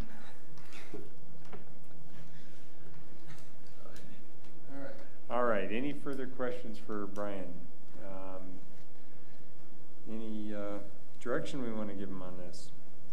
Should I open up to the public? Anyone from the public want to comment on this? All right. Seeing none, I'll bring it back to council for, I have no idea. I think we scared them all away. Saving it up for the December 6th meeting. That's right. We're going to have a long discussion about bronze statues. So I'm just kidding. I'm kidding. What is he? I missed that meeting. What is the motion that's before us? Right now, we just need to give Brian and staff direction as to where we want him to go. Do we want him to go to the community center? Do we want him to go to some of the rental spaces? I understand that the council needs, maybe put this as a work session item to have further discussion, but if we are to do some programming in a timely manner, which we're trying to get into our activity guide for winter programming and start programming in January, sometime, maybe late January. If we were to go forward with utilizing the hydroelectric plant, it will take us about two months, maybe a little less, if we can get going right away to make those upgrades to even occupy it. So it's kind of a timing thing. I guess I'd say move forward with community center and the hydroelectric facility. I mean, the public is used to using that facility for these types of programming, and I mean, if that's in it, I think that's your recommendation even. So I think for right now, that's where we landed. Yeah, we did go back like I would 6, 7 times. move forward with yours and your recommendations with those two facilities. Go do it. I would agree. The only objection I would have to using the hydroelectric building is what Steve Davis raised, and I think I agree with Carl that it probably would be a really hard stretch to say that building hasn't been put to a public use already. So I don't think we're changing the status of that building by using it in this manner, and so it's the best option we got. It's not a great option, but it's the best we got. I'd say go ahead and do it. Do you need a motion since we're spending funds? I think it's fine. I think we just really need direction. It's within my spending authority. Mm-hmm. Is there general agreement? Is anyone opposed this idea? I hate the idea, but I trust your judgment. Then again, the Parks and Rec Commission's recommendation was to not use the facility, try to find a better use for it and explore other options. We can continue to go down that path. It'll take us time, and we'll probably miss our activity guide and have to push back programming. Yeah. And I was in that meeting, and sometimes I have a hard time with paradigm shift, so I came out of there thinking there's no way we're using that facility, and I think I announced that this morning that the Park and Rec Board was not in favor of this at all. And I had embraced that, but short of any other options, I trust your judgment. I'm a little worried if we roll out to 6 programs, that we're not really fulfilling the promise we made to the community. Right. I would agree. We need to get the programming going. And I would second Steve's comment about let's continue to look for other options. Proceed with this one so that we can get the programming going as quick as possible in there. And the only thing I could add is let's get it open and look for ways to maximize revenue for it. And if that means an occasional rental, I think that we ought to do that. I think we ought to add the Cardiff Schoolhouse to the venue of places that the community can use, with the idea that, even if we haven't done it in the past, I think that there's an appetite for those buildings, and that people want to use the buildings, and the best use of the buildings is when you have people using them. So, yeah, we'll leverage it. It may take a little bit of investment, but I would appreciate council to kind of keep it on their plate. What do we want to do with that building in the future? This is a good room. It's only used every other Thursday. Yeah, I don't know how to look with paint and clay splattering or. As long as you don't mess with my morning thunder or my noon Pilates, then we're good. All right. Thank you. All right, thanks, Brian. Thanks, Brian. Okay, at this point, we would move on to the report from the city manager. Okay. Very quickly. I've gone back to working Monday through Friday. So if you need me on Friday, you can find me. You never really... I will be physically in the office on Friday. I was working from home. But okay. there wasn't enough time to fit in. Is all city staff going? Did we already go back? December 4th is when they go back. Okay. They How time you start working a full week? I'm kidding. We met with the Marijuana Valley Council this week. We're making progress on what they might want to do. But one of the things we threw out, and they liked the idea of having one of you on their board. So I was gonna ask, who would like to do that? I think it's a good tie-in if we're gonna be giving them $100,000 plus a year. I would like either a member of council or a member of staff to be on that board. Yeah, I like that. Jen, you didn't talk fast enough. I don't see Brian. We are more than happy for a staff member to do it. I just didn't want to not give you guys the opportunity.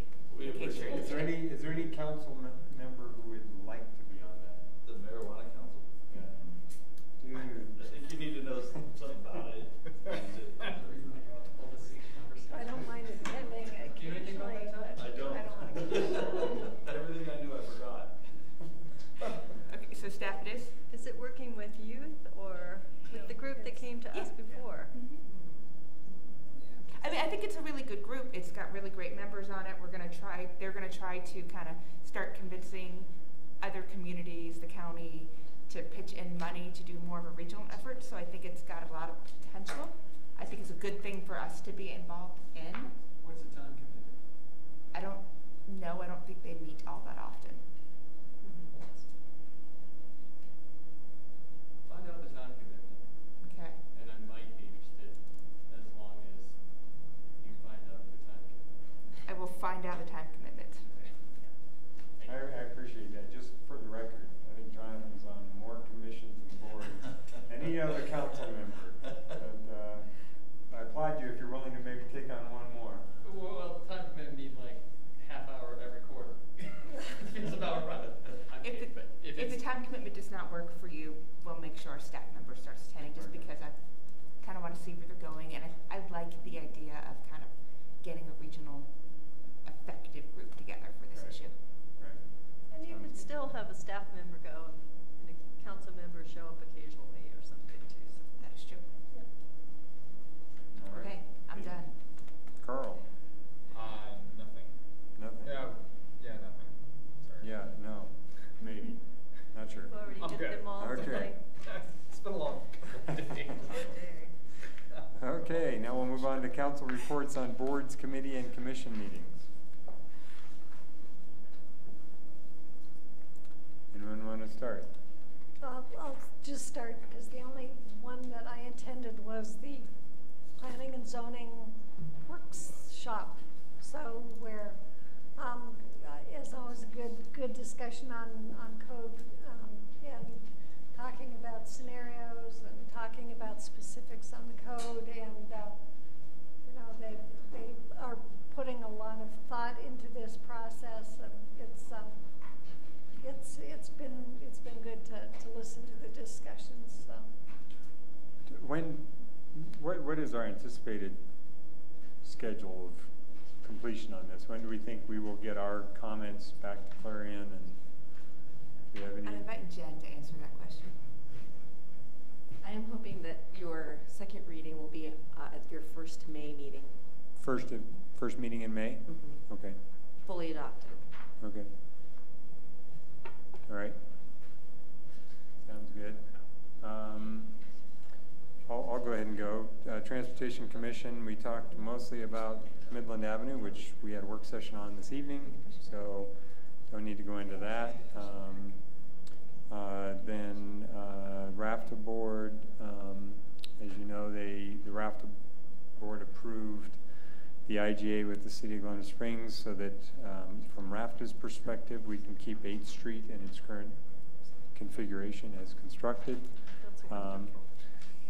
We still need to get over the Union Pacific Railroad hurdle, which is not insignificant. Okay, I'll just start calling you 4 times a week again. Okay. I have a new number.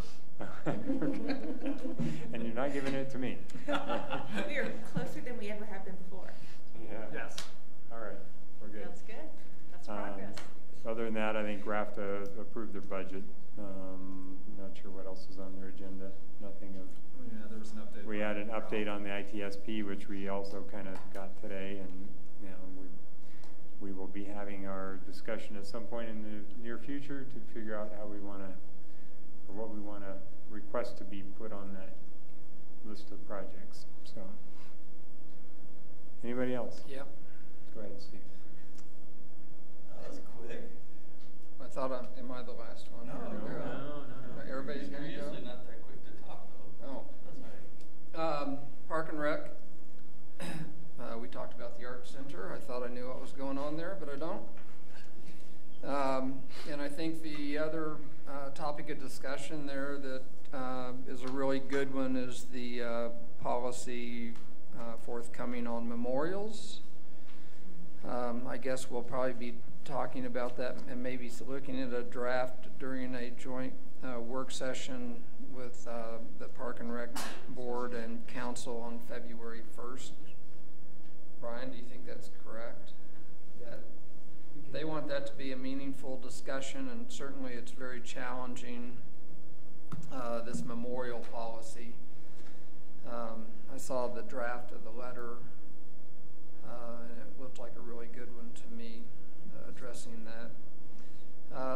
We talked earlier tonight about the DDA and the request coming from or through the DDA to light up 6th Street like Grand Avenue, and I expressed to them that I thought that was a great idea, and I think we all embraced that.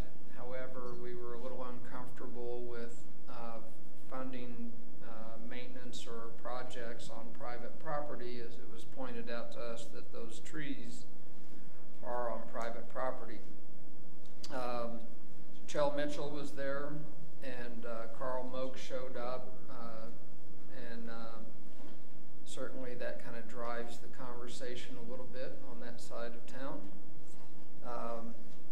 And there still is a strong desire from that board to try to make this happen, and I think it's something that would be worthy.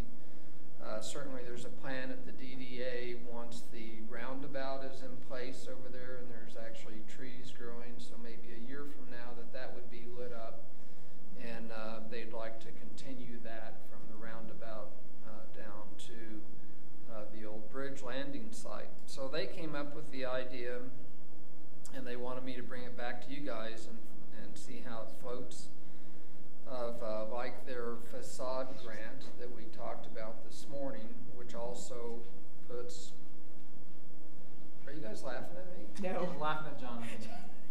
Why? Because it's really distracting. Sorry. It takes, public money and puts it into private property.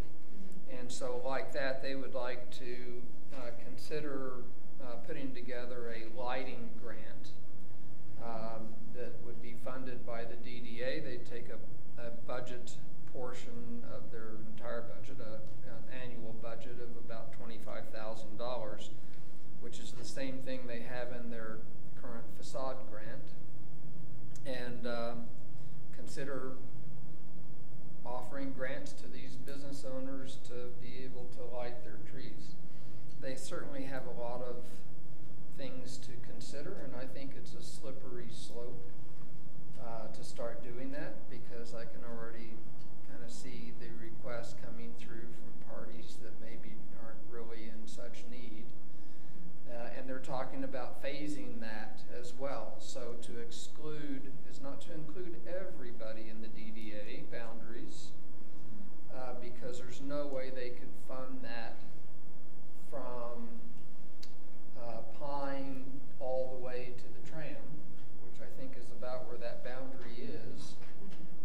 So they'd like to just do it the first year, 2 blocks, and see if they can expand the other 2 blocks, and they'd like to eventually be able to expand that out all the way to the tram,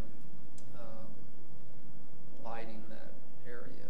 So there you have it. I mean, that's kind of the way that meeting turned out. It only took us 2.5 hours to get through that discussion. But the board is strongly in support of doing that, and I think, as hesitant as I am, I think we need to try to do something in the north side of town, particularly as the bridge landing goes away. And they also had a motion and unanimous approval to kind of push forward the restriping and reconfiguration of 6th Street. I gave you guys all a copy of kind of those business owners' thoughts and requests over there, and they were all fairly modest requests, but they'd like to get that done as soon as possible, and they think that the contractor will actually be off that intersection within the next, they thought, couple of weeks, and have those 4 lanes back open so that we could actually pull in and stripe in some parking. 6th and Laurel or 6th The bridge landing right now is totally, you know, it's kind of a bottleneck there with heavy equipment, but as soon as that equipment moves out, they'd really like to see that done. There's funding in the 2018 budget for like striping and. Say that again? There's funding in the 2018 budget. Yeah, and I think it would probably be March, you know. I told them I thought it would probably be March before I could see any of that happening, because it's going to take a while to sweep up, and you need some warmer temperatures for striping operations and all that. You can't be moving snow around. Chell thought, am I on TV? Yep. No. Yep. Yes. Oh, well, we won't talk about Chell then. They thought, there are people that thought that there was a precedent set over there because of the, you know, the parking in front of Don Burns' place that's actually private property, but it's that diagonal parking, but the city, there's some kind of City maintains it. City maintains it, and we also maintain the flower beds over there and snow removal. That would have set some precedents that we already We could stop that if you.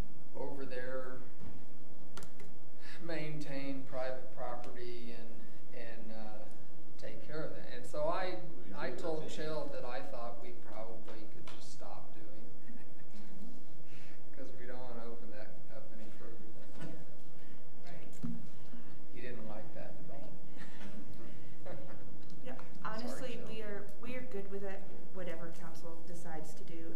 My only concern is if we do lighting like this, that there's a contract that clearly protects us, protects the DDA. I'm sure we can sort through that if it's council's desire that we do that. And I don't, you know, they acted like at the DDA board, it's their decision, it's their budget, it's their money. We control the budget. And that they think that they have unallocated funds in their budget even for 2017, that they could allocate immediately to that grant program. So we might want to look into that and see if there are. We do cut the checks. So it would come as a recommendation to us? It will all run through us. Would it come as a recommendation to us if they wanted to spend those funds this year? I think they have some flexibility, and it depends on, I think their flexibility lies if they don't go over budget. If they're over budget, then they need to kind of let us know. But as long as they haven't spent over their budget, there's some what the approved flexibility. budget was. Yeah. Right. Yeah. But if we In their approve budget for, So, I'm yeah. joking, but say a dump truck and they're spending it on a swimming pool, That might come back to us. that's a problem. You know? Well, it's how they've allocated their budget, and they have unallocated funds available in that 2017 budget.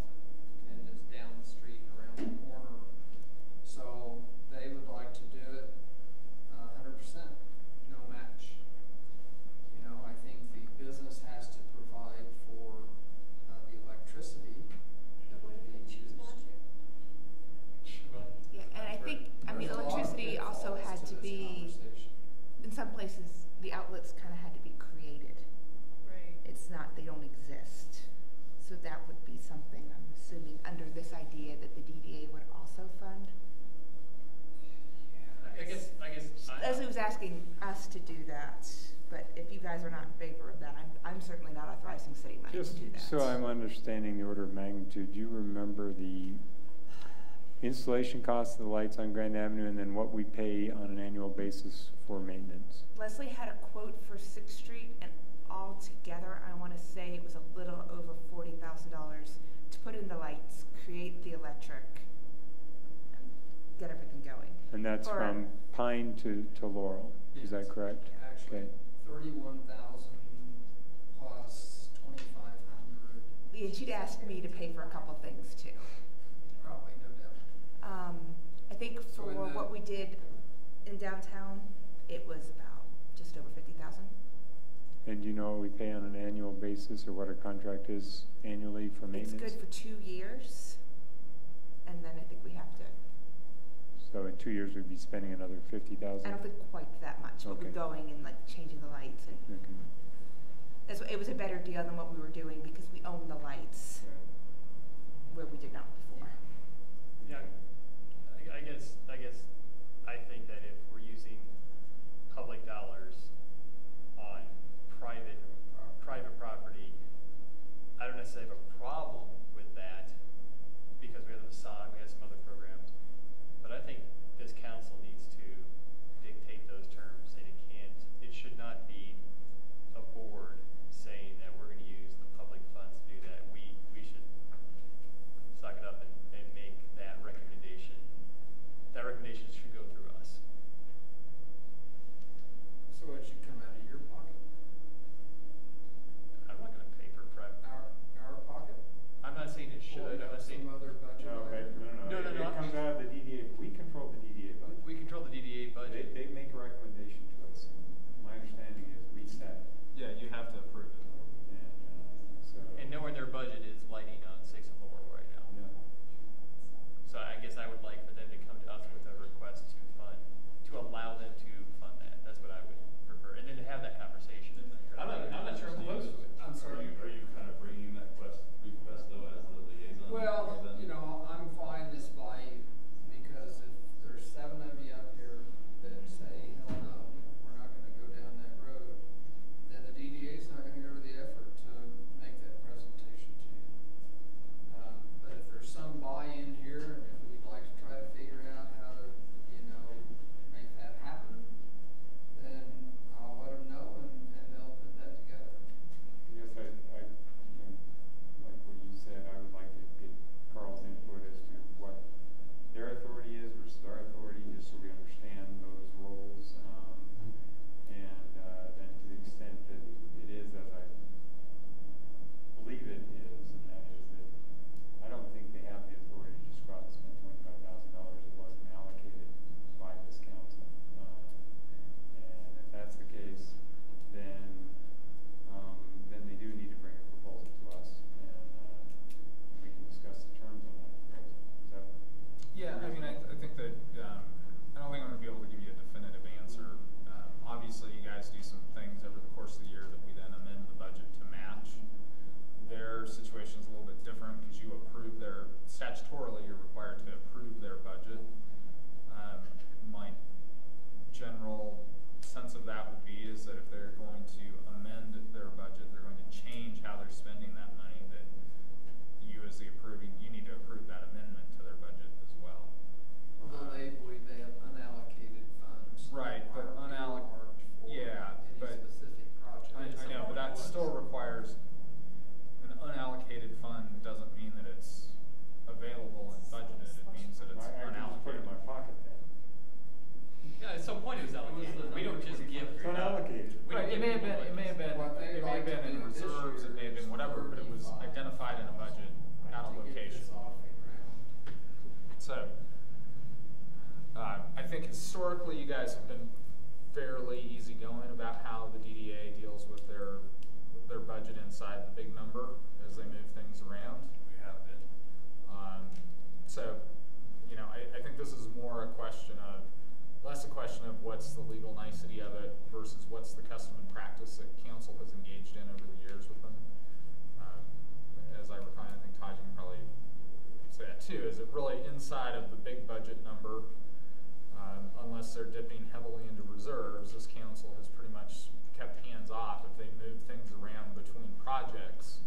If they were undertaking a large new initiative, and I don't know if this would qualify as this, they generally have come to you and said, hey, this is what we're doing, are you okay with it? Which I think is part of what Steve's doing. I think that's the question. I think 35,000 probably does qualify as, hey, come and talk to us about this, and then especially when you're using now public funds to decorate private trees. So, Yeah, I think there's a couple of big policy questions here that really, I think you guys should have that conversation with DDA. The facade, certainly council at one point signed off on the facade program. There's a, you know, it's a grant. You guys give a lot of grants.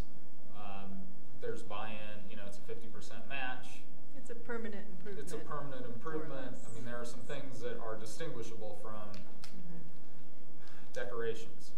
This one has the feel of if we jump in and hurry up and do it, and we make a decision right now, we're going to get all kinds of ramifications back to us. It feels like something you guys So it feels like something that we better not jump into. We got, this town has many, many, many years ahead of it to light up the north side of town. I mean, I would love to see it, and love to see the cohesiveness between north and south. That'd be great. But I'm worried about making the decision on the fly right now. So I did everything I could to discourage them.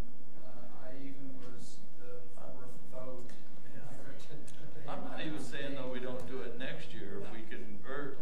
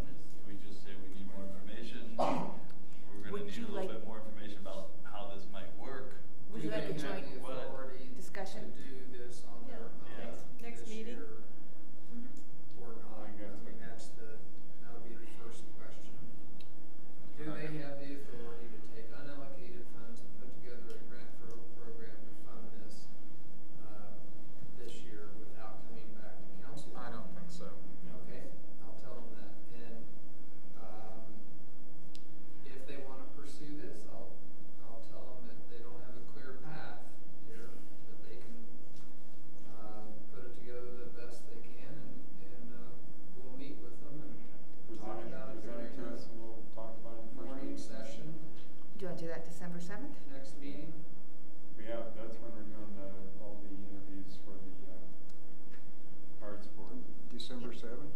But, I mean, we probably could fit in a. It'll be It won't be a short conversation. It won't be, it'll be like an hour. It'll just be like a short conversation. This seems like a great conversation to have in July when we're not under the gun. I feel like we're under the gun to get it done and get it done now after the Christmas season and this winter. And if there needs to be a decision right now, and I had to, have a gun to my head, I would vote absolutely no.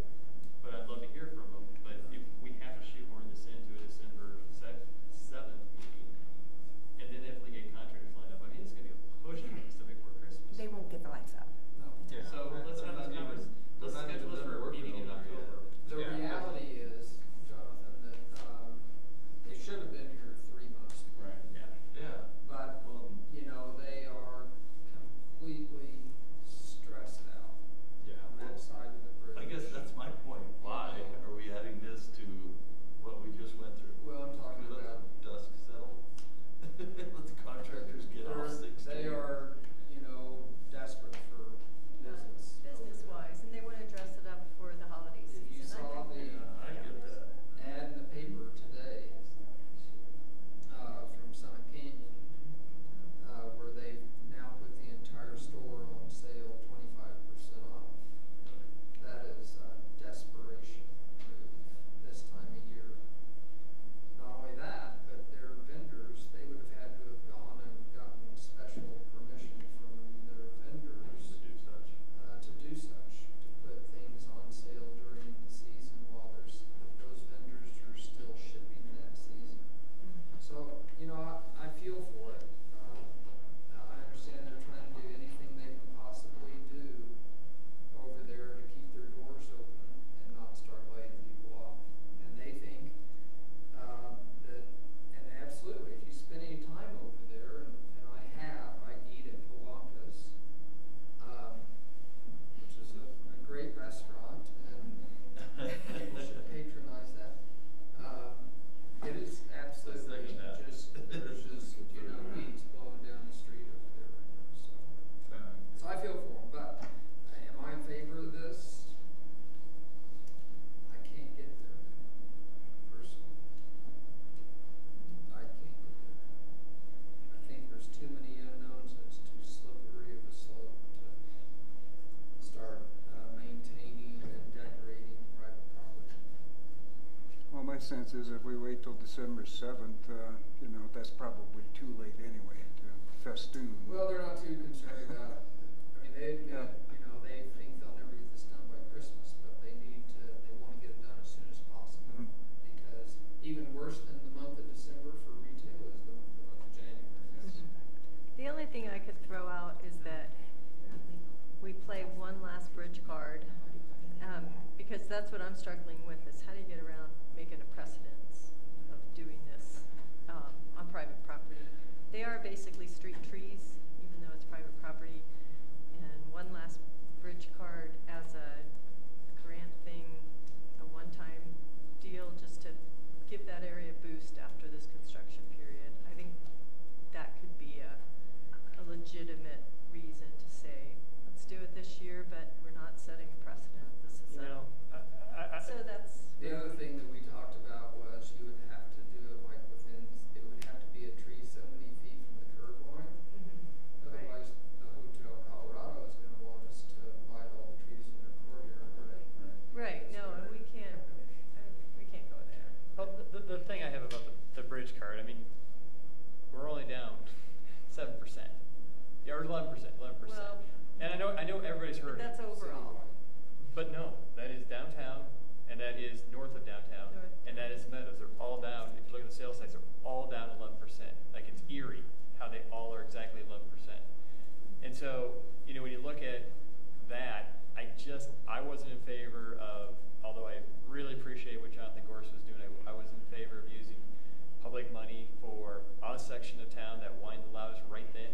I'm not in favor of doing it now, just because of the bridge. Now, if there's legitimate reasons, but gosh, if Target pulls out, we're going to get this from the Meadows every weekend. Every councilman, we're going to get it from the Meadows. And if Walmart moves to unincorporated Garfield County, we will get it from that section of town. So I just, this is life cycle and businesses rise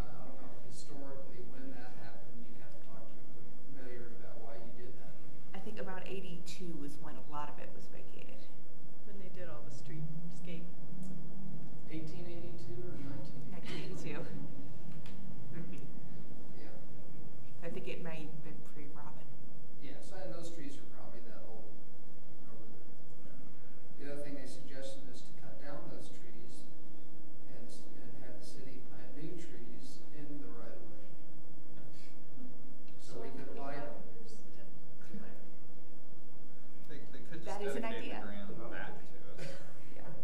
They talked about that too. That's why I was late for. I'm not hearing that really any of you think it's a good idea. Am I missing? I'd like to try and work toward a solution myself. I like the idea of encouraging them, and to the extent that we can, perhaps providing some facilitation of it. But in terms of just outright paying for it all, I'm disinclined to do that. That's where I'm at. Do you I want to don't wanna feel hold like a the work Grinch session that, with stole them on Christmas December? either, so. I'm sorry. I'll get back to them. December 7th would be a great work session date. So it will be gone. Do you guys want to hold a work session with them? I mean, they're probably going to show up on December 7th, whether you have a work session with them or not. That's good. They're going to be mad. See if we can schedule something. I'm gonna get back to them anyway, And I'll tell them, Jonathan made us all say no. Exactly. And I will stand there and I will take that. In Pittsburgh. All right. Are you? Can I give an update on the River Commission? Sure, please. Are you done, Steve? Steve, did you have any more updates? Okay, River Commission. We talked about the 3 Mile Confluence. There's a meeting at the 3 Mile Confluence on Wednesday at 3:30. This coming Wednesday? This coming Wednesday. Just to look at some improvements there, because some of the improvements that were done a few years ago are kind of washing out. Yeah. And there was some tamarask removal, that kind of thing, but then we never really replanted native vegetation like willows and things, so it's just eroding. And so the idea, they'd like to get eyes on the ground there and just get ideas on how to improve the place, possibly provide some bathroom facilities, porta potty or something, and how do we hide that. So we'll do that on Wednesday if anybody's interested. You're welcome to meet us. And there's also been updates from different committees. The group we've got a really talented group there, a couple water engineers and just people with great expertise. So they've been working a little bit with the shoreline updates at Veltus Park. Brian gave an update on that. They're going to maybe reach out to Glenwood Springs Middle School. I've got a contact on that I'm going to give them. And then there's a committee that's working on shoreline, looking at how to make better access for the community to the river. So they're looking at a couple of different access points, and the idea is it'll take some of the stress off of like the Two Rivers boat ramp and just add more of, just smaller, less developed kind of access points. So somebody could put in, float through town, and maybe get out somewhere along the Devereaux Strip, and again pull that activity out of Two Rivers Park, which would be nice for Particularly locals. commercial activity. Yes, some of the commercial too.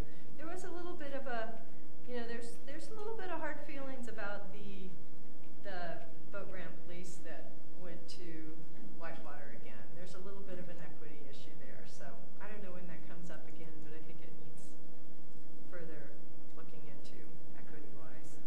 Let's see. The other committee is working on riparian and stormwater issues, and looking at just trying to create more of a stewardship for our rivers through town. And so they're probably at some point going to come to council with some type of a ordinance for riparian preservation along the rivers, but also, and part of that would be an educational program that would educate homeowners and other landowners along the river. And I think that's about all I had on that. What time did you say that? Wednesday at? 3 or 3:30. Let me take a look and I'll Just let you send it know to me, yeah. after the meeting. It's Thanks. on Wednesday afternoon. Yeah. Airport Commission, they're going to start selling Jet A at some point in 2018. Jet A is a fuel. That comes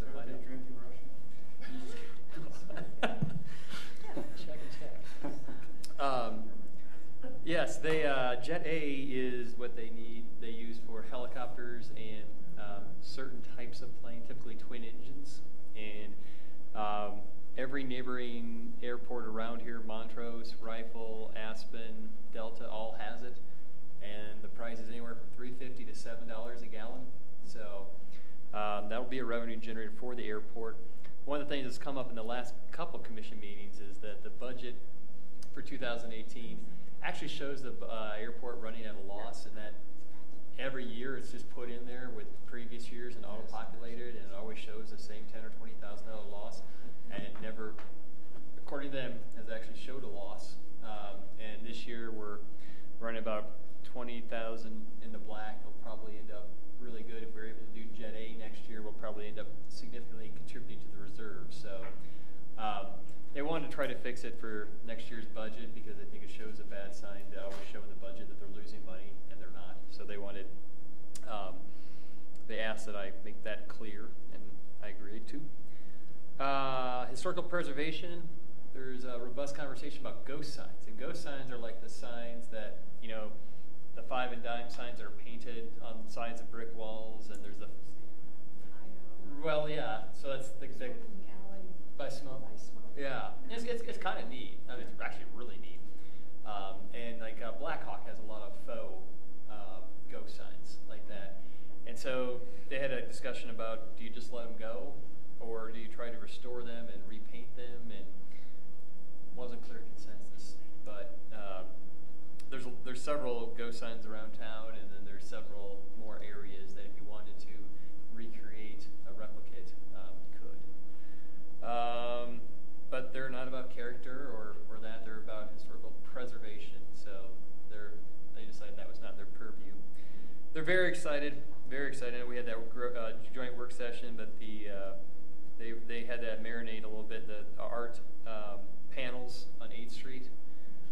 That design with the interpretive and the idea of an interpretive panel on the backside of some of those panels, and the railroad track and just the tie-in, they just were very, very excited. And then they also wanted to explore the idea of getting historical, I guess, landmark designation for signs, historical signs, and having a grant program to for like facades.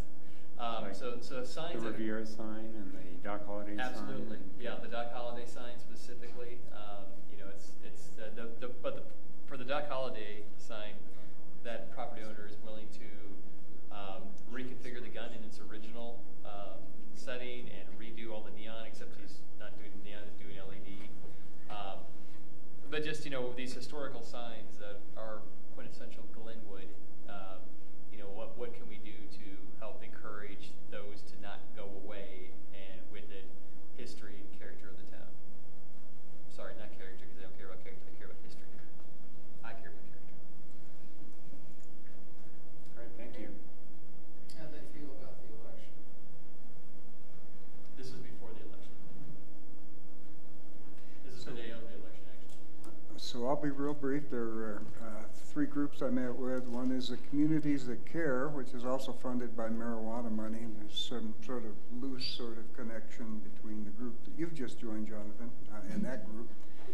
State money as opposed to local stuff. But they're developing some evidence-based sort of interventions, chiefly targeted at youth, youth for prevention. You will see them asked to come to us to talk to us, but it's an interesting group. In addition to me, Patrick Fleming from the city goes to those meetings. The sheriff goes to those meetings. The DA goes to those meetings. So it's just starting to get air underneath its wings and taking off. So the second group, just real quick, the Rudaya Water and Power Authority sent out a notice that there is a statewide bill to be taken to the legislature in the next session for ANS abatement. And it's starting to really heat up in Colorado because these little mussels are suddenly popping up in places that they've never popped up before. So, and if they do that, then I think our bill for Rudaya, of course, next year in 2019 will be significantly less. The third group I met with, being a foot soldier in Todd Leahy's army, I was at the tourism board last week, and I think they're doing great work. There's a lot of excitement about what they're doing. One of the points of discussion was the marketing sorts of campaigns, and could we somehow use Facebook to do some specific targeting of groups like mountain bikers, kayakers, hunters, and people that maybe we feel that we could be drawing on top of. And what I got back was that the goal is to get people here, and then when they get here, they'll take advantage of things. And so I thought, well, this will be a good discussion item. I think they're coming to us January 4th to talk about their marketing plans and their budgets and some of the targeting that they're talking about doing. So that's it. Thanks, Rick. Anything from anybody else? Can I make a correction? Sure.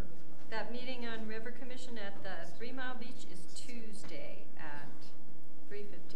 I had a Monday. They moved it to Tuesday. Yeah.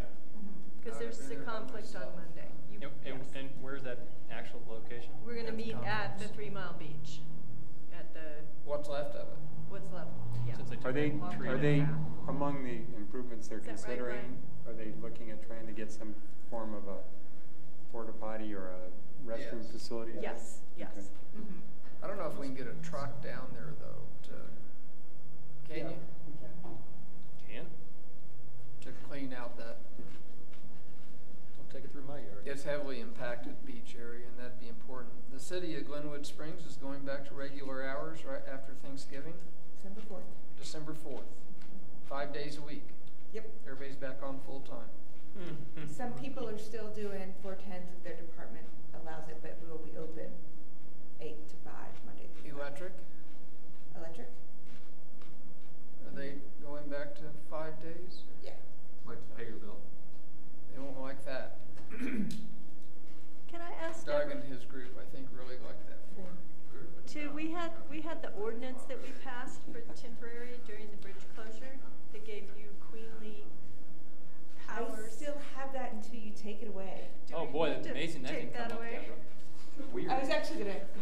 Not that I don't, want to let you have those powers forever, but Yeah, you had talked about taking it off the books.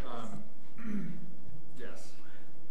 So there's. I was actually thinking about after the holiday season, just in case, as we're still, there may be some things just crop up to try to help businesses out, like authorizing $25,000 for lights. Yeah, exactly. Yeah. No, But but it's- I actually thought getting through this holiday season, I'd run something the first meeting in January. I thought to repeal the queenly empress. Jen is pointing out that I think as long as we want to allow people to have creative signage downtown or anywhere due to the bridge closure, we might want to keep my empress powers around a little longer. Okay. I don't.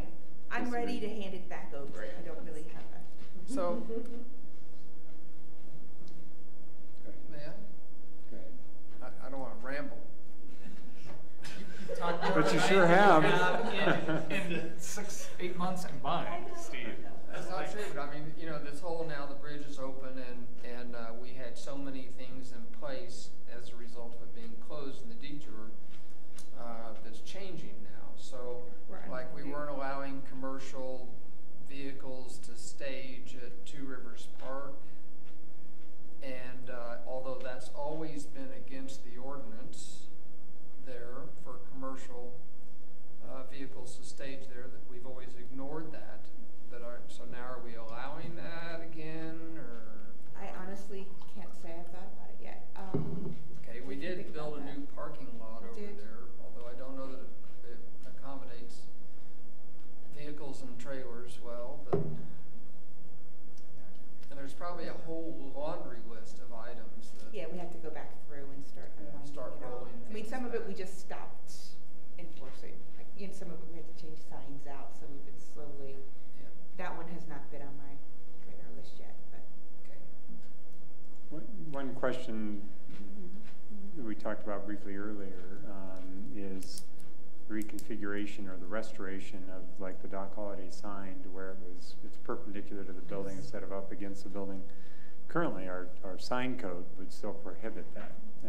I don't know what our new sign code is going to allow, but yeah. So I'm just curious, how do we? We should talk to that owner soon because he wants to spend money to do something, and if he We have been talking. Okay, good. Yeah, I don't have a good answer for you on the sign code or what the state of the law is on the sign code either, frankly. Okay. Especially not after my third 16-hour day in a row. So, I'm gonna do something I rarely do, which is beg off on this one, and just say I'll have to get back to you. That sounds good. But the process is they make application. They make application. They gotta go to P&Z, yeah. and they don't like P&Z's. They can appeal to you guys. Yeah, I mean, there's a process in place to deal with that, and what it's going to look like underneath the new code. I suspect even the new code. My recollection is that there is something that for historic signs in the new code, because I remember reading it and there was something about murals, and I felt like it didn't address historic ghost signs and murals. That, you know, if we had an example, we don't, but if we had an example of an old Coca-Cola sign and there was a Coca-Cola business going in there, that it would count against their signage. And so my recollection is that in other ways it dealt with historic signs in a better way, but we can get you an answer for sure. Okay. Thanks. All right. So we will move on from council reports, and we will now go into executive session. We have an executive session scheduled on the agenda to discuss the Confluence Plan.